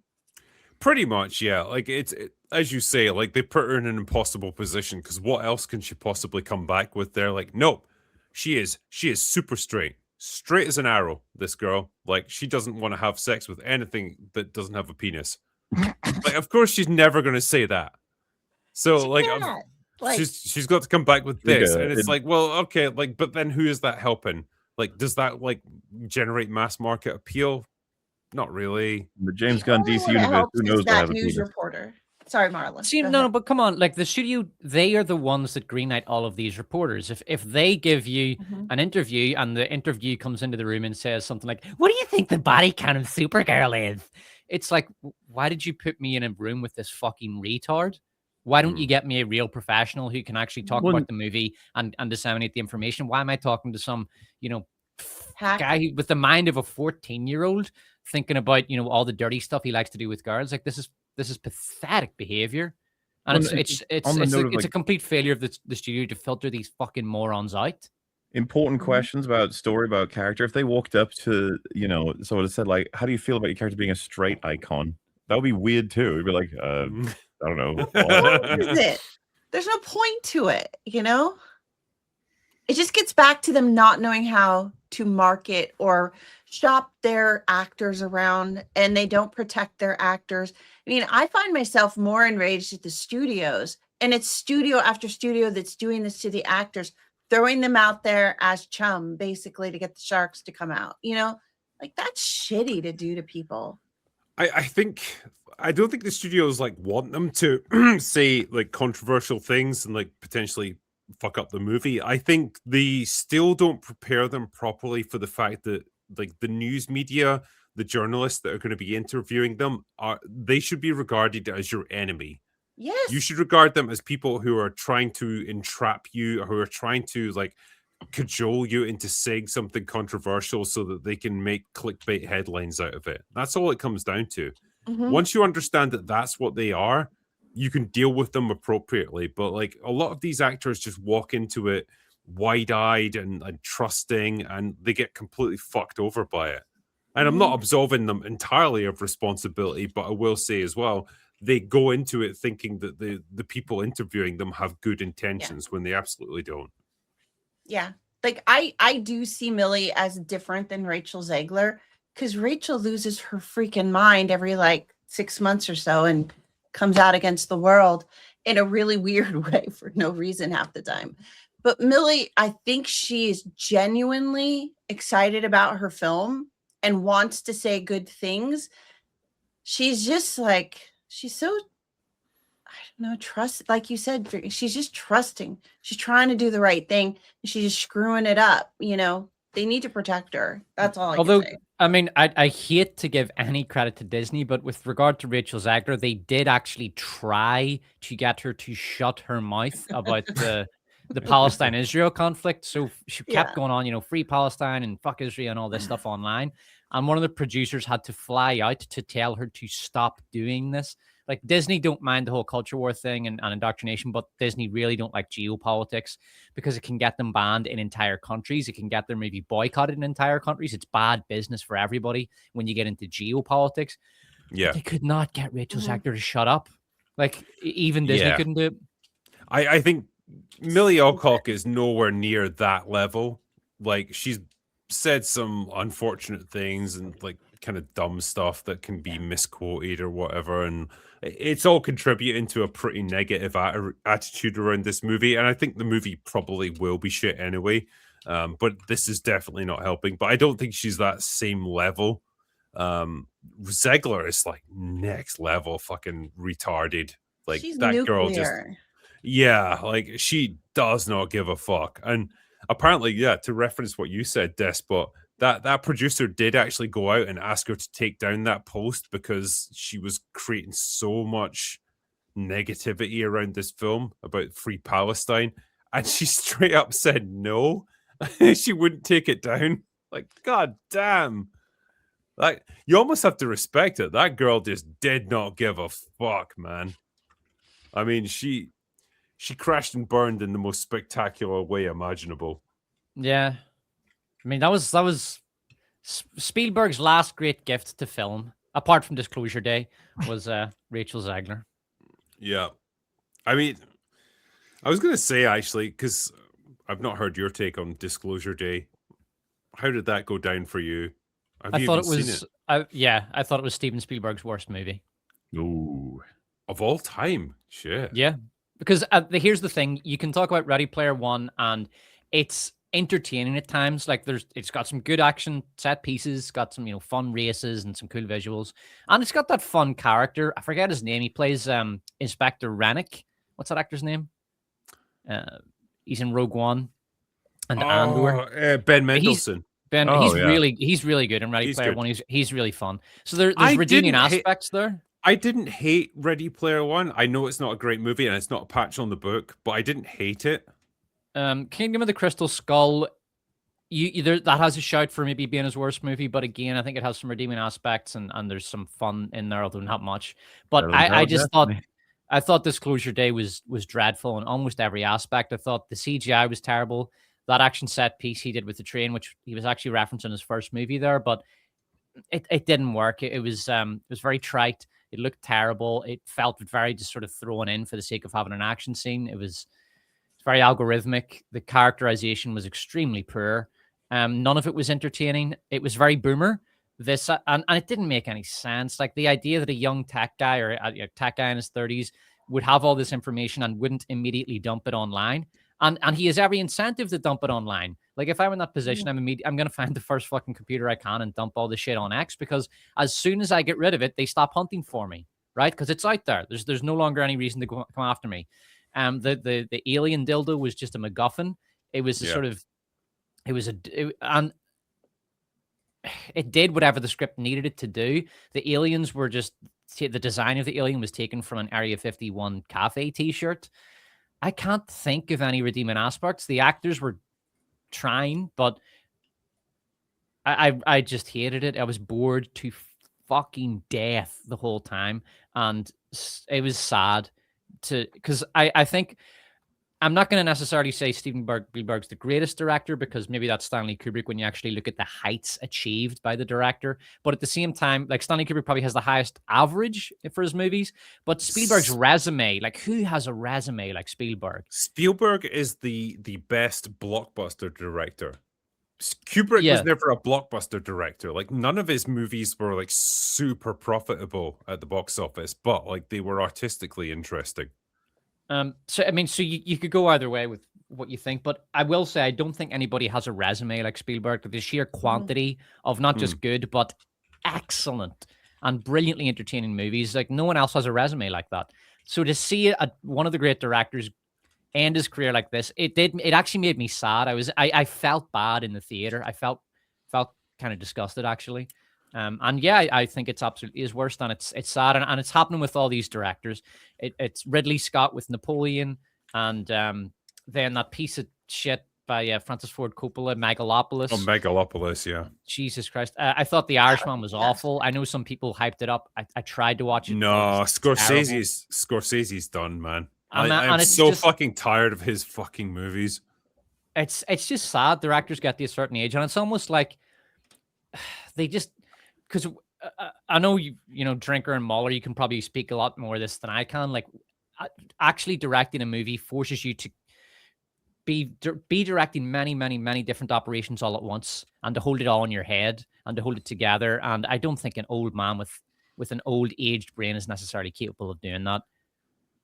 I mean, neither of us can speak to it either because we've never directed movies. No, but you've been on films that you know how complex it is. I've been on sets, yeah, and like I know like there's a lot going on. Like you have to be a project manager as a director and all that stuff. So like 100% yes.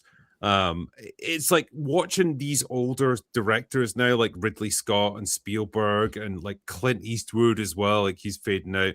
I think he's retired now, thank God. But it's like watching Muhammad Ali in his last few fights, like as incredible as he was in his prime. When you got to the end, when he was like in his late 30s, early 40s, he was starting to suffer from Parkinson's and he was just a fucking punch bag.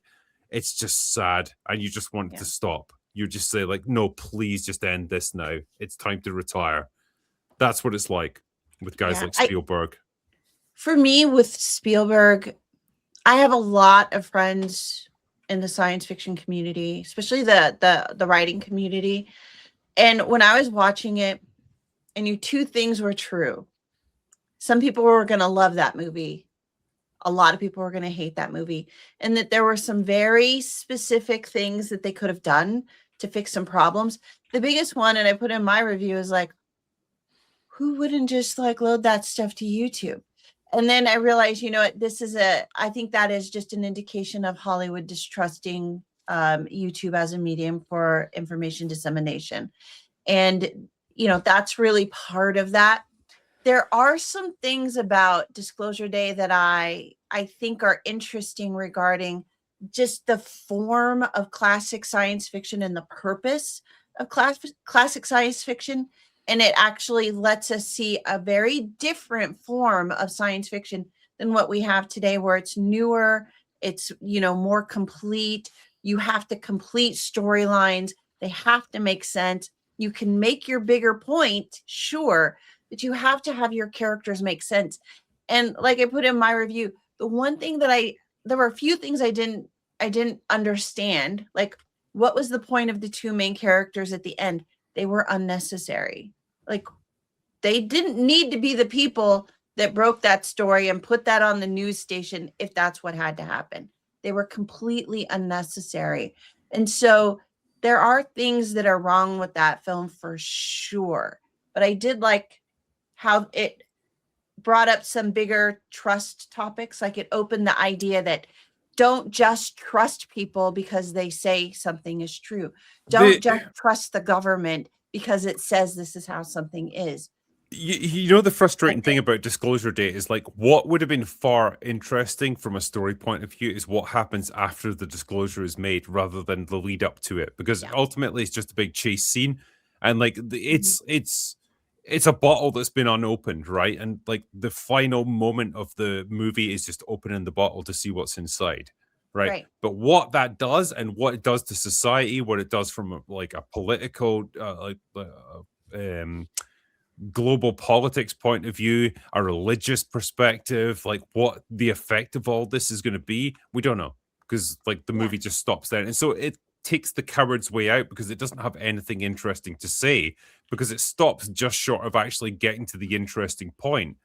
And this is where I look at guys like Spielberg and say, like, okay, you're a guy who's like had this phenomenal career, directed some of the arguably the most important movies in Hollywood history.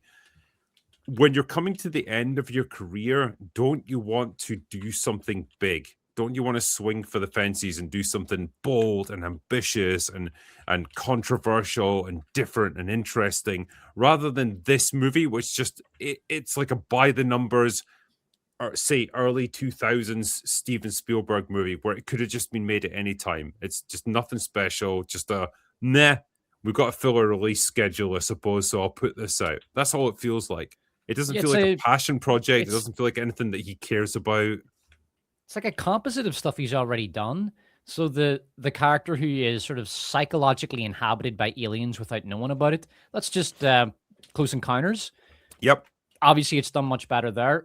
A secretive government agency chasing down a fugitive, that's Minority Report. That's a fucking amazing movie. Again, done far better in Minority Report. All of the various elements of this movie, he's done better before in previous movies. It's kind of like he's picking over this a sort of scrap heap of his past, trying to fit bits together, but there's nothing new. I mean, look at Stanley Kubrick's last movie, Eyes Wide Shut, which I have no idea if that's a good movie or not, and I've seen it a few times, and I can never make up my mind about it. But at least he's like you said, Trinker, he's swinging for the fences. He was going after this project he'd been thinking about for decades, and it's profoundly weird and interesting, if nothing else.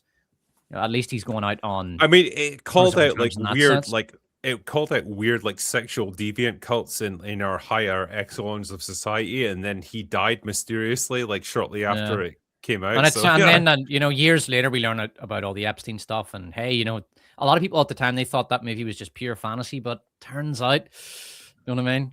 He was actually, to be fair, like I've read his biography, and it's like this was based on a book that he'd read called Traum Novelle, which is like dream story, a story that he'd had in mind for 30 years at least, and he kept coming back to it. He couldn't figure out the way to adapt it.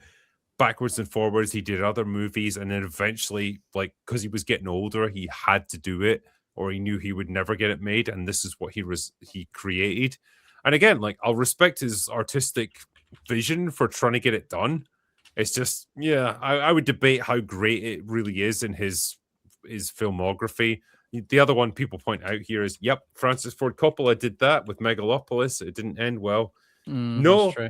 but again, I respect the guy at least for fucking having an artistic vision, and he went for it 110% with Megalopolis. It was a dog shit movie, but terrible. man, and he put his own money in for this. He sold his businesses.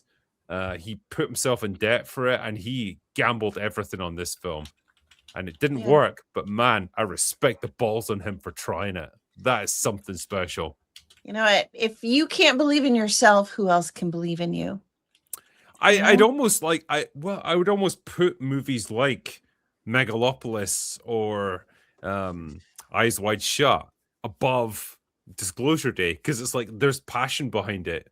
It's misdirected passion and it doesn't work out, but it's like, well, there's some kind of artistic vision. In fairness, I did enjoy Megalopolis more than Disclosure Day because there were things to think about in Megalopolis. I was like, for a start, like, what the fuck is going on? What is the plot of this? And with Disclosure Day, like I said, it's just a sort of lukewarm rehash of shit he's done before. I was so fucking bored the whole time. Yeah. I think his whole point, and I think we're past this point with moviegoers at this time. His whole point was to make you think about things after the movie ended. I truly, honestly believe that that's what he wanted to do. He wanted to inspire people to talk after the movie ended. I mean, why else would he end with the single word, listen? That, to me, was just the key indicator that he wanted to make the conversations happen outside of the theater about the point of the movie, the point of all the things that he brought up and all the things that you might think about related to it after the fact. Did he succeed? I don't know that he succeeded with the movie. Did he succeed with getting us to talk about shit? Maybe. But I do think there are a lot of people who love it. I know a few people who just love it and ate it up like crazy. And I'm like, really? So many Why? problems. Yeah. I know a lot of people, but again, they're the older, nothing wrong with older people. I love older people, but like the older sci-fi writers and readers who grew up eating and dreaming and writing classic science fiction that really was more cerebral than physically attainable, like in an imagery kind of way, like in a movie like that. And I think they saw something in that film that we didn't see, and that's why they like it. No, well, fair enough. Tell you what, guys, allow me to answer some super chats because there is a lot of them here, and I'm going to try and get to them as many as I can anyway. So let me bring them up here.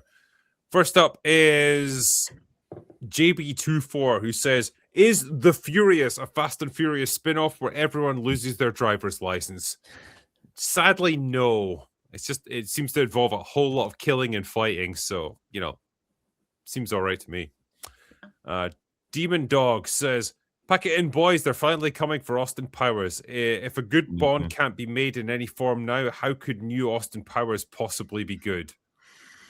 Mike Myers a says lot of people he's are up like, for isn't that doing great another one. news? I was like, no. New Austin Powers can't be made now. No. Yeah. Deval says, the game forgot how ruthless Bond actually is too. I'm also curious who all here rates as the best Bond villain. For me, it's 006, Goldfinger at second place. Yeah. Oh, I love Goldfinger. 006. Yeah. 006 was really fucking good in GoldenEye. Isn't it crazy? I always liked, I did like Christopher Lee as Scaramanga in The Man with the Golden Gun. He was really fun. Mm-hmm. Isn't it crazy that there's two actors playing Goldfinger? I'm waiting for anybody to ask me what I mean. Because because the guy was. Sorry, I was pouring a drink English. there. I was distracted. Yeah, that's actually amazing. Like we were talking about dubbing earlier. Like that, I didn't know that until years after I'd first seen the movie. I watched it as a kid, and I had no idea. I had no idea that the guy was was speaking phonetically, and they had to bring in an actor to Is do it the lines Gert properly. Gert Frobe or something like I can't remember what the Something actor's like that, name yeah. is. But you watch that movie and it's like one of the best dubbing jobs ever. It's 'Cause incredible. yeah. Goldfinger's It's- awesome, by the way. Just what a fucking banger of a movie. It's one of the few times where Bond has to rely on his resources, his like inventiveness in order to avoid death, rather than just having a Q gadget. You know, when he's like strapped to the table and he's going to get eviscerated by the fucking laser, and it's like all he knows is like a little bit about Operation Grand Slam, but like he plays that to his advantage. Like, well, can you really take the chance of killing me, not knowing what I know and like whoever I've told? Yeah, the and like nature that's of enough the to keep him double O's, what will happen. And you can see Aura Goldfinger's just like, because fine. Bond has fucking nothing to go on at Yeah. that point. Like he doesn't know what Operation Grand Slam is, but he's like, well, you know, when you're about to get your balls cut off by a laser, like you'll say pretty much anything. And like, yeah, it's good. It's that a resourceful Bond. I like that. Any other good ones? Any other good villains that you guys I mean, remember? Alex Trevelyan probably is the best one because his motivations are quite complex. He was betrayed. Obviously, his family was betrayed and by the British government a long time ago, and he kind of wants revenge for that. But he also feels betrayed by Bond, even though Bond really couldn't have done anything else in that situation. But he's become very bitter about it, and he wants the money. He wants to steal lots of money. So he has a bunch of different motivations, and you're also asking, watching that character, could this have been Bond under different circumstances? And the movie really forces you to ask that question. Well, and it's but he's not a sympathetic villain. They're not trying to make you think that he's justified. He's clearly not, but you can understand why he's doing what he is doing. And he's a guy who has very clearly chosen to just be a complete bastard. And the movie doesn't pretend otherwise. There's a scene where he just turns around to Irmov and he says, soon you and I will be richer than God, so fuck everything, right? Who cares? He's just the sort of thief at the end of the day. He's a brilliant villain. He's maybe the best written Bond villain. I quite like Elliot Carver. People have been reappraising him recently because of just how crazy that film is. The other thing is, he's a Rupert Murdoch kind of character, isn't he? But he has a trophy wife, right? But and at the time, she was portrayed as sympathetic, right? Because she was a trophy wife, but she needed a real man, so she fucks Bond. But the culture today wouldn't accept that. Today, she's a villain because she married the guy for the money, and then she still wanted to have Chad on the side. She's a total bitch. She's a gold miner, and she's also a Chad chaser. So she's she's I think the ultimate villain today. So I can actually feel a bit sorry for Carver because here's a guy who is highly successful, charismatic, and he's not that old, right? And he can't even get a loyal wife, right? It's so I do have a bit of sympathy for him.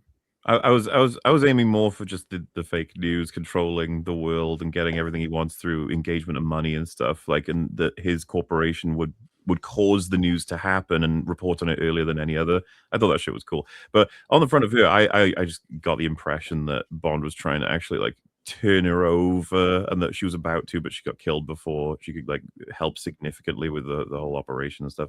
But not free of her own choices. And then it's like the further you get in the Brosnan era, because I like Renard in concept, but I don't know that he was served so much by the film. World is not enough, obviously.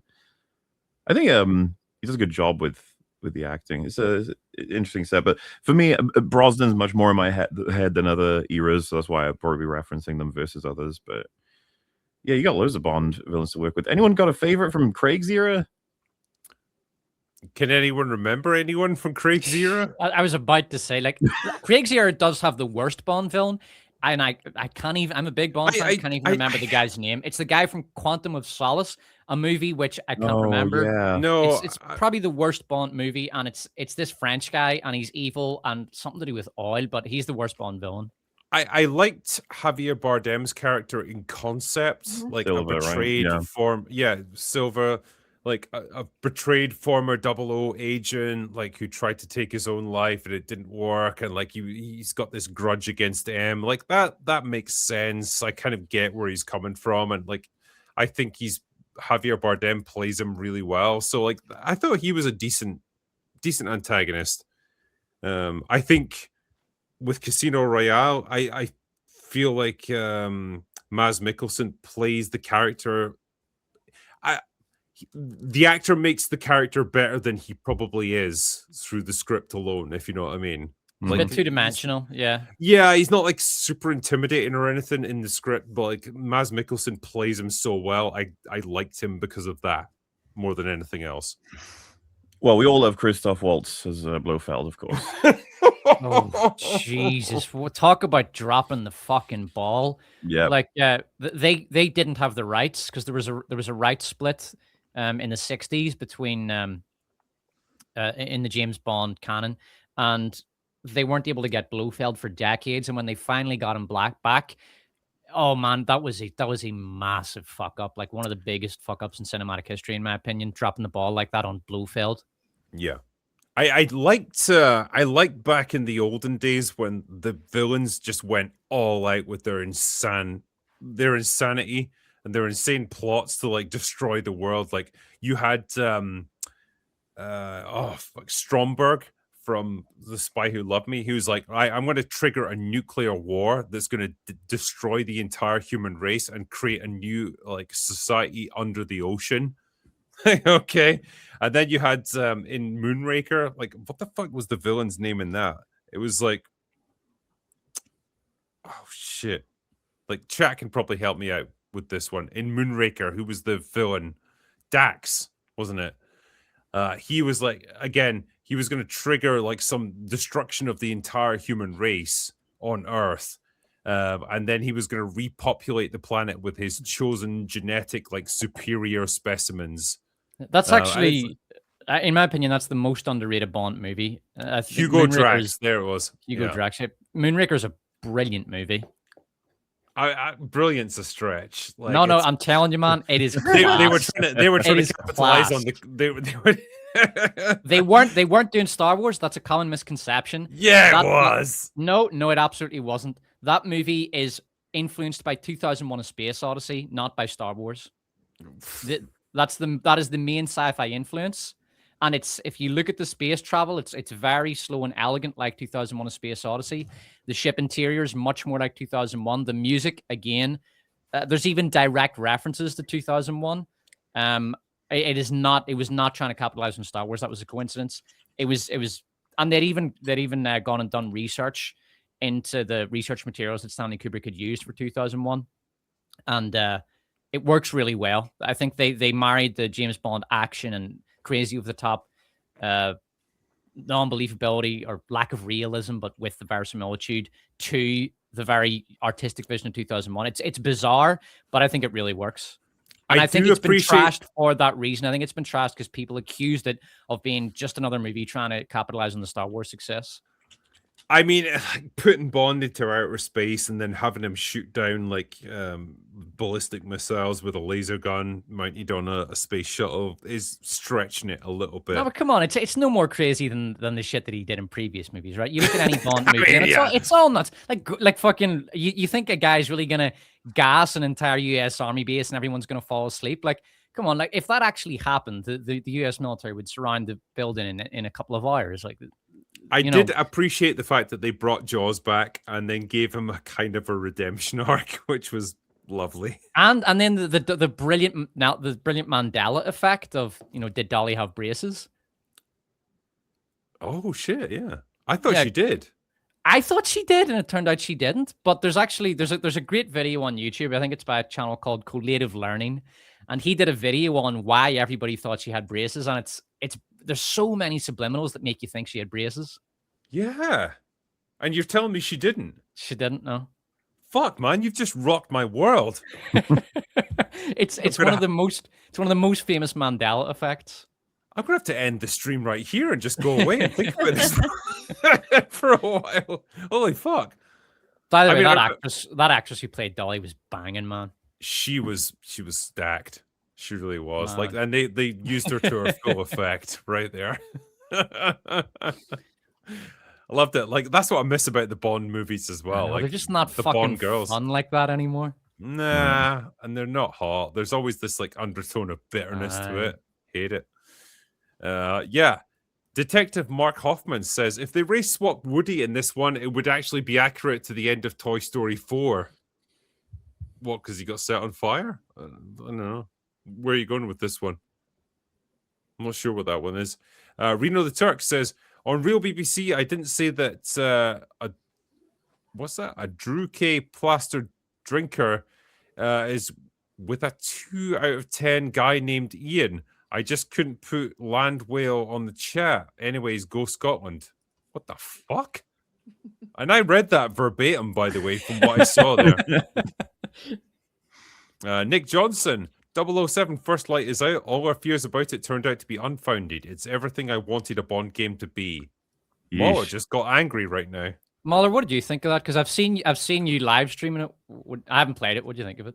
Fucking terrible. Avoid the hell out of it. It's a pathetic attempt at a Bond game. It's got every modernism you could imagine that's wrong with video games. It's a walk-in sim 60% of the time. Bond is completely restricted. He's just smirking all the time. It's his way of getting through scenes.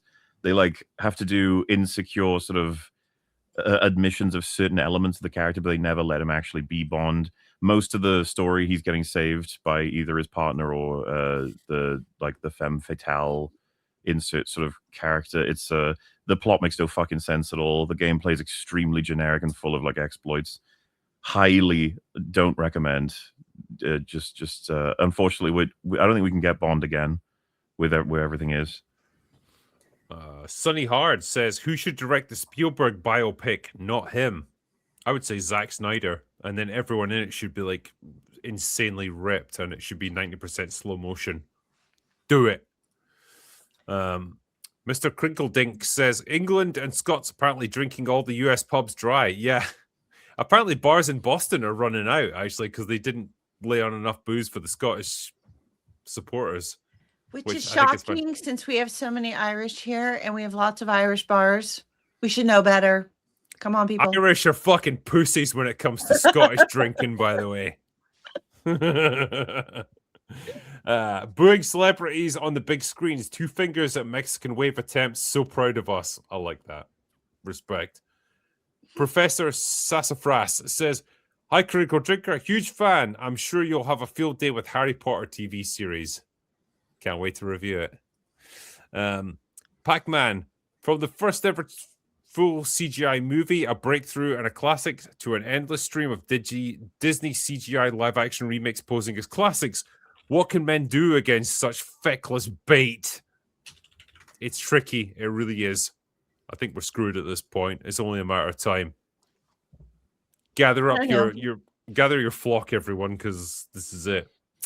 Detective Mark Hoffman says, what y'all's favorite so bad it's good film or game? Street Fighter, the movie. I'll die on that hill. I mean, the room is classic. Up there. I love Madam Web. Madam Web is good. What? It's so awful. You're hurting me, MauLer. You're hurting Unironically amazing.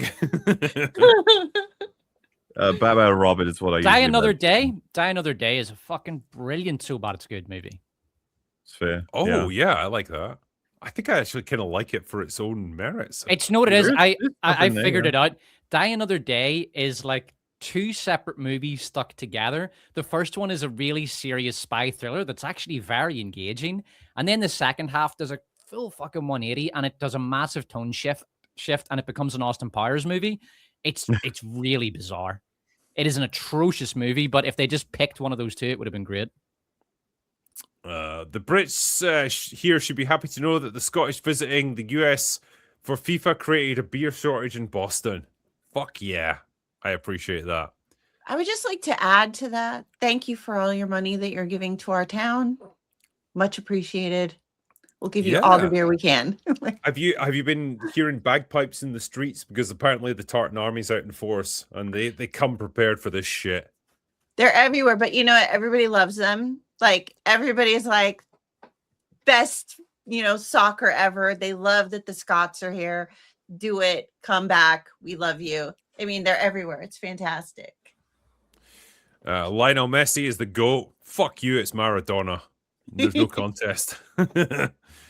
The new Spider-Man trailer is definitely giving me vibes of 90s Spider-Man animated show. One of the best adaptations, in my opinion. I just hope it can stick the landing. Also, come on, England. I'm not going to comment on that. But, yeah, with Spider-Man, yeah, I hope it sticks the landing. It'd be nice if we got another good one. We'll see. I think it'll make $1 billion regardless. It's that popular.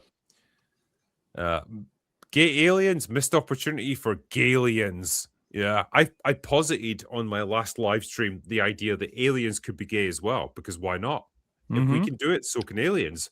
But can they be queer, Drinker? They could. Yeah, hypothetically they could, but I don't want to assume their gender, and I don't want to assume their like level of sexuality, gender, queerness, whatever the fuck we're supposed to say in that regard. So we don't know. We don't, and I don't want to trigger an interstellar war by assuming any of these things. So, you know, I'm going to leave my bigotry at the front door when I go to meet those aliens. It's the best I can say in that regard. Illumination, Minions, and Monsters is going to run circles around Supergirl when it premieres on July 1st. Box office domination with the yellow guys. I mean, it's going to run. You hate them, Drinker, don't you? You hate the Minions.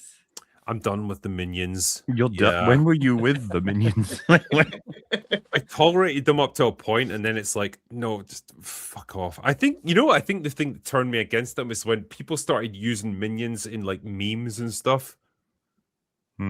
Like you started seeing them, and it's like usually boomers would do it on Facebook, and you're like, oh, fuck off with this nonsense, these stupid yellow pill-shaped things.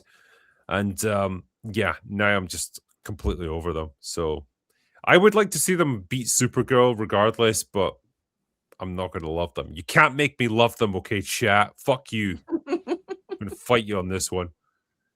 Recently got back into reading, having finished Dark Harvest. I hope to start writing soon after. Thank you, Drinker. I shall write many saucy fanfics in your honor. Yeah.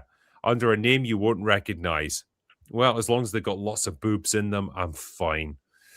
The Drinker protects. It was my 32nd birthday yesterday. Currently away fishing with a can of apple cider and the sun setting over the lake. Cheers. That sounds awesome. That sounds like a pretty good way to spend your day. I like that. I'd like to do that as well, but we haven't had sun here for about a month. Unfortunately, we got shit summer so far. With steel, we are stronger, but without soul, we are nothing. AI is utilized best when mixed with creativity or just simply used as a placeholder. Or just not used at all. It's a tool, people. You can't replace a hammer when you need a house built. You know, like, wait, that didn't quite make sense. You can't replace a carpenter with a hammer when you need a house built. It's just a tool. That's fair. With so many shows getting recommended to you, I'll never blame you for passing on a long game that you know you'll hate. Better uses of your time.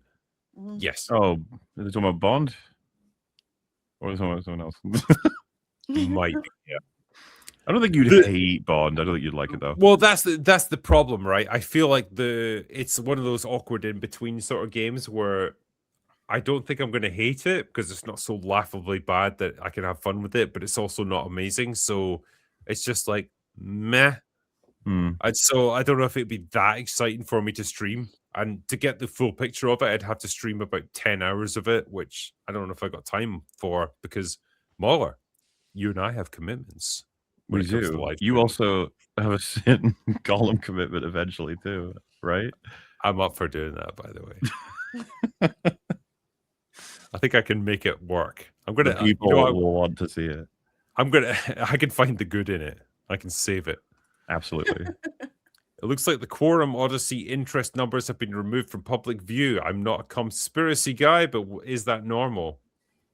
So, what is that a reference to? I don't know what the quorum is. I feel stupid.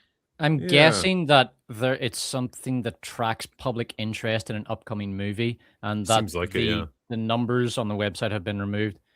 Maybe because it's a big culture war thing at the minute, and they don't want to get involved, and they don't want to be accused of racism or cuckoldry. You know, either way, something like that. Yeah, it makes sense. MauLer, will the EFAP do any coverage on Reckless Ben and the bricks and minifigs videos that he's done? They are absolutely insane, and you may question your faith in humanity. You've told me all about this, actually. I mean, all I've watched is his videos on it, so I almost want to say like everyone should just go check them out. Like I'm not up to date on all the other elements, like other people involved, other sources of information. I feel like there's better people on the internet doing coverage of that than we would do in theory. And yeah, the story's not over yet, but it is absolutely nuts. I recommend everyone check out Reckless Ben's channel. USA, never let the Scots go thirsty again. It's a civilizational outrage. Well, you know, wars happen because of this kind of shit. So yeah, be careful. All right. I apologize on the behalf of all my people here. I'm so sorry. We'll accept it. MauLerisms. All those times you only saw one set of footprints, that's when you know MauLer carried you. What? Just carrying the world right now. Right. Is it? I think you're Jesus, MauLer. I think this is when me and Drink went out for drinks and he got knocked out by having too many liters of Jack Daniels and had to carry him home. Carried me home. Yeah. Hail from New Zealand. Hail to you, sir. Hope you're doing all right over there. I just got back from New Zealand. Yay, New Zealand. Did you see Hobbiton when you were there? I did. It was fantastic. I also went to Weta. It was amazing. And New Zealand's like the best country ever. I give it high props. Love it. Apparently, like in terms of like the climate and stuff, it's kind of similar to Scotland and the landscape and stuff. A lot of mountains, a lot of lakes, a lot of temperate forests, a lot of rain. Yeah. It looked like Northern California as well. Like Northern California and Scotland are very similar. Very similar.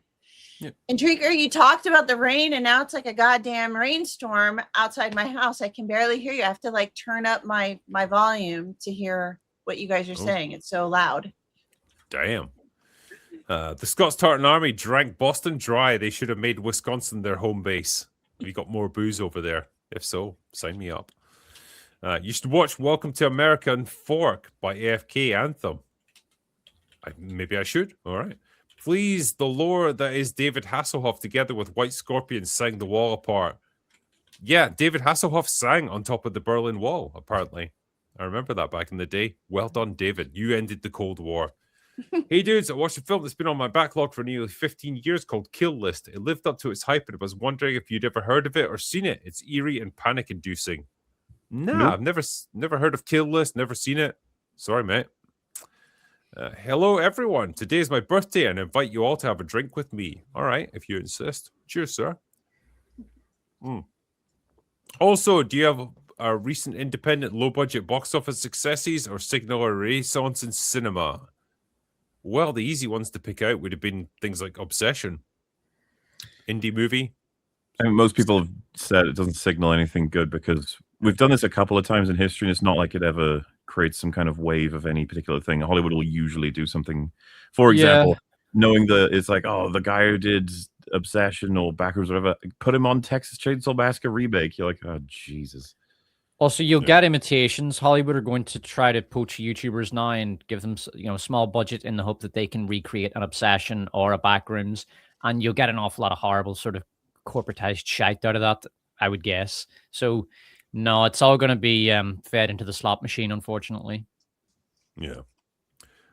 Hey, Law, with older films and IPs in general, if you had to choose how to bring it back, do you prefer a direct legacy sequel or a remake / reimagining? Sequel. Yeah, I think so. I'd I'd rather keep the continuity. I would rather a full-out reimagining that kind of disassociates itself from the original, so that my original doesn't get spoiled. Just do an inspired by and go your own way, but don't remake the original. I think it depends for me. It depends on what your subject is. Like if we're doing, would I prefer a direct legacy sequel for Star Wars or a remake? I'm like, well, the story can keep going. As long as this is good, like I'd probably want that to continue. Then it's like, would you rather that for, I don't know, Lawrence of Arabia? I might be like, I guess you can probably try and take it its own direction because that film doesn't need to be done again, if you know what I mean. It's all... It's if again, assuming both these versions are great. Yeah. I mean, look at like say Back to the Future right now. Hollywood will eventually break down that door and drag that IP that has been hiding in the attic to the concentration camps. It's going to happen.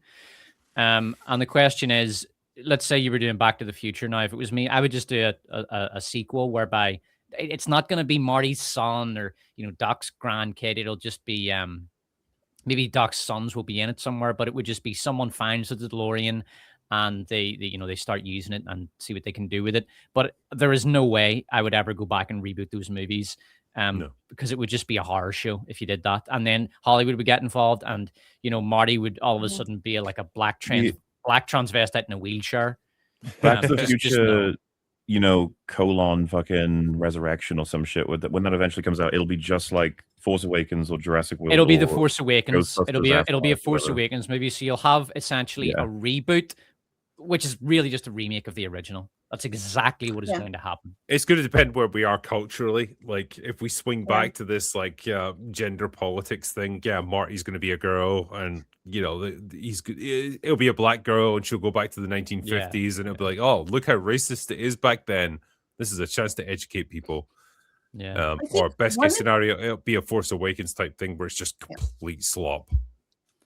I think one of the biggest problems we have is we have an incredible library of films that people should watch. If you are 20, 30, 40 years old, there's an incredible library of films that you can watch that are amazing. But people don't go watch older films that are more than 5 or 10 years old. And so I think Hollywood just sees all these dollar signs where they can remake. They know it was a good one back in the day, so let's remake it again. I think that's important when you're talking about historicals, so that, like with some of the new World War II films that have been coming out, it's really important to tell the story of history so that younger people see those. But like, freaking A, we don't need another Back to the Future. We don't need another Happy Days. We don't need those things redone. We can pass. Yeah. I know you're drunk when you call me 1000 Man. The username was semi-random. Pronounce it how you like, or call me John if you want. That's a lot easier, actually. Yeah, technically it's 1 million man 1. So yeah, it's a wild username. I have been summoned. Yeah, you have, Joey Tribbiani. Get back into your Friends reboot. Why does Zendaya have more chemistry with Rob than Tom? Yeah, y'all ain't ready for that conversation. Good duo, more cool. Good duo? I don't know. You talking about me and you? What are you I up agree. to? Sure, yeah. It works out okay, yeah. I think it works out. We've figured out some kind of chemistry at this point. Been doing this for a while, I guess. Drinker, your countrymen are drinking all our beer. Well, they're doing exactly what they're designed to do. What can I say? No one is a genius. He's using culture wars to target the Gen Z audience so he can get the biggest box office hit for a decade. He'll achieve it too. I wouldn't fucking bet on that, buddy. Yeah, mainstream Hollywood can't do horror anymore because they want to mostly cast minority and female characters, but they also can't kill or mistreat them. Well, maybe mainstream Hollywood, yeah, but like the indie producers are doing the Lord's work, so and also it's a tradition in horror movies to have a girl as your protagonist and have her survive until the end. There's the last girl. It's literally a thing in horror. It's a real thing, yeah. Yeah, so like that's okay. You can do that. No, they can kill. Like they did. They killed a bunch of women and minority characters in Scream 7 and the I Know What You Did Last Summer reboot, which is another so bad it's funny movie. We'll watch it one day, but I need a lot of Dutch courage for it. My old boss Prince, my old boss Prince got the call to soundtrack Burton's Batman, one of the biggest movie events of the 80s. The movie was huge, Nicholson killed, but the music was pure Prince. Thoughts, guys? I agree with everything you said there. Yeah, all those things are true. Nicholson was awesome. Mm-hmm. The movie was huge. I liked it. Yeah, Trust is an amazing song. That's probably my favorite song off that movie. It's pretty good, yeah. It's very catchy. Didn't David Hasselhoff join in bringing down the Berlin Wall? Yes. Him and Rocky Balboa, they ended the Cold War. Fucking legends. We only need to crowdfund 5.5 million and we can buy Shauna in the Hebrides. Comes with a castle and 9 residencies. Also hail Drinker and MauLer. All right, let's do it. Let's do it. 5.5 million. We can get that easy going. Crowdfund.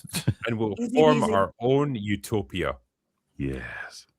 1989 had Godzilla versus Vigilante, one of the scariest entries and featuring what is quite possibly the most tragic kaiju in the franchise. Fuck, they were still making them then? Jesus. You think SG lifting its embargo today? It's 5 out of 10. Oh, Supergirl.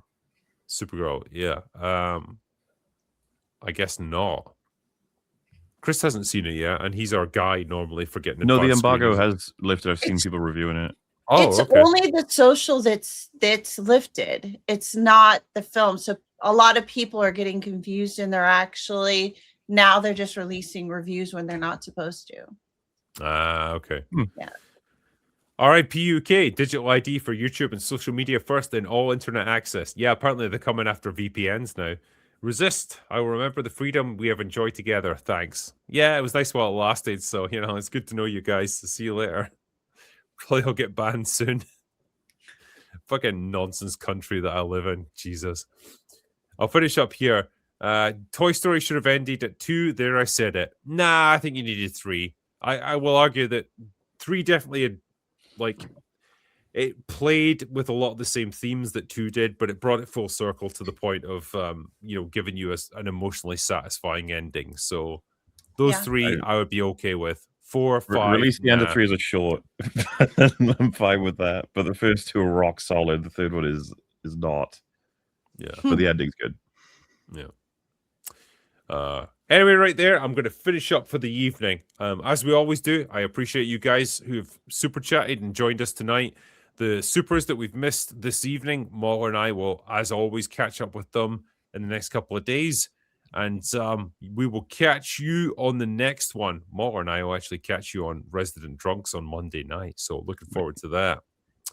Yeah. For a second, I was like, wait a minute. Are we doing that? Is that a thing? Yeah. Yeah, it is. Also, Erin, Despot, appreciate you guys for being on tonight. For anyone who's not subscribed to both of these fine people, please do it. The link to their channels is in the description. So you've got no excuse. Please give them a subscribe. Erin needs about another 95,000 subscribers so that she passes the threshold to be included on Disney's journalistic tour. So get her that, and we can she can see all these movies in advance, and that would be awesome. Yeah, But, I literally slid in 5 seconds before this went live so I could go see Toy Story 5 before we went live today, because Disney just says, no, you must have 100,000 and that's it. I saw it, but I didn't go to a cinema. So anyway, that's all we've got for today. So go away now. Bye.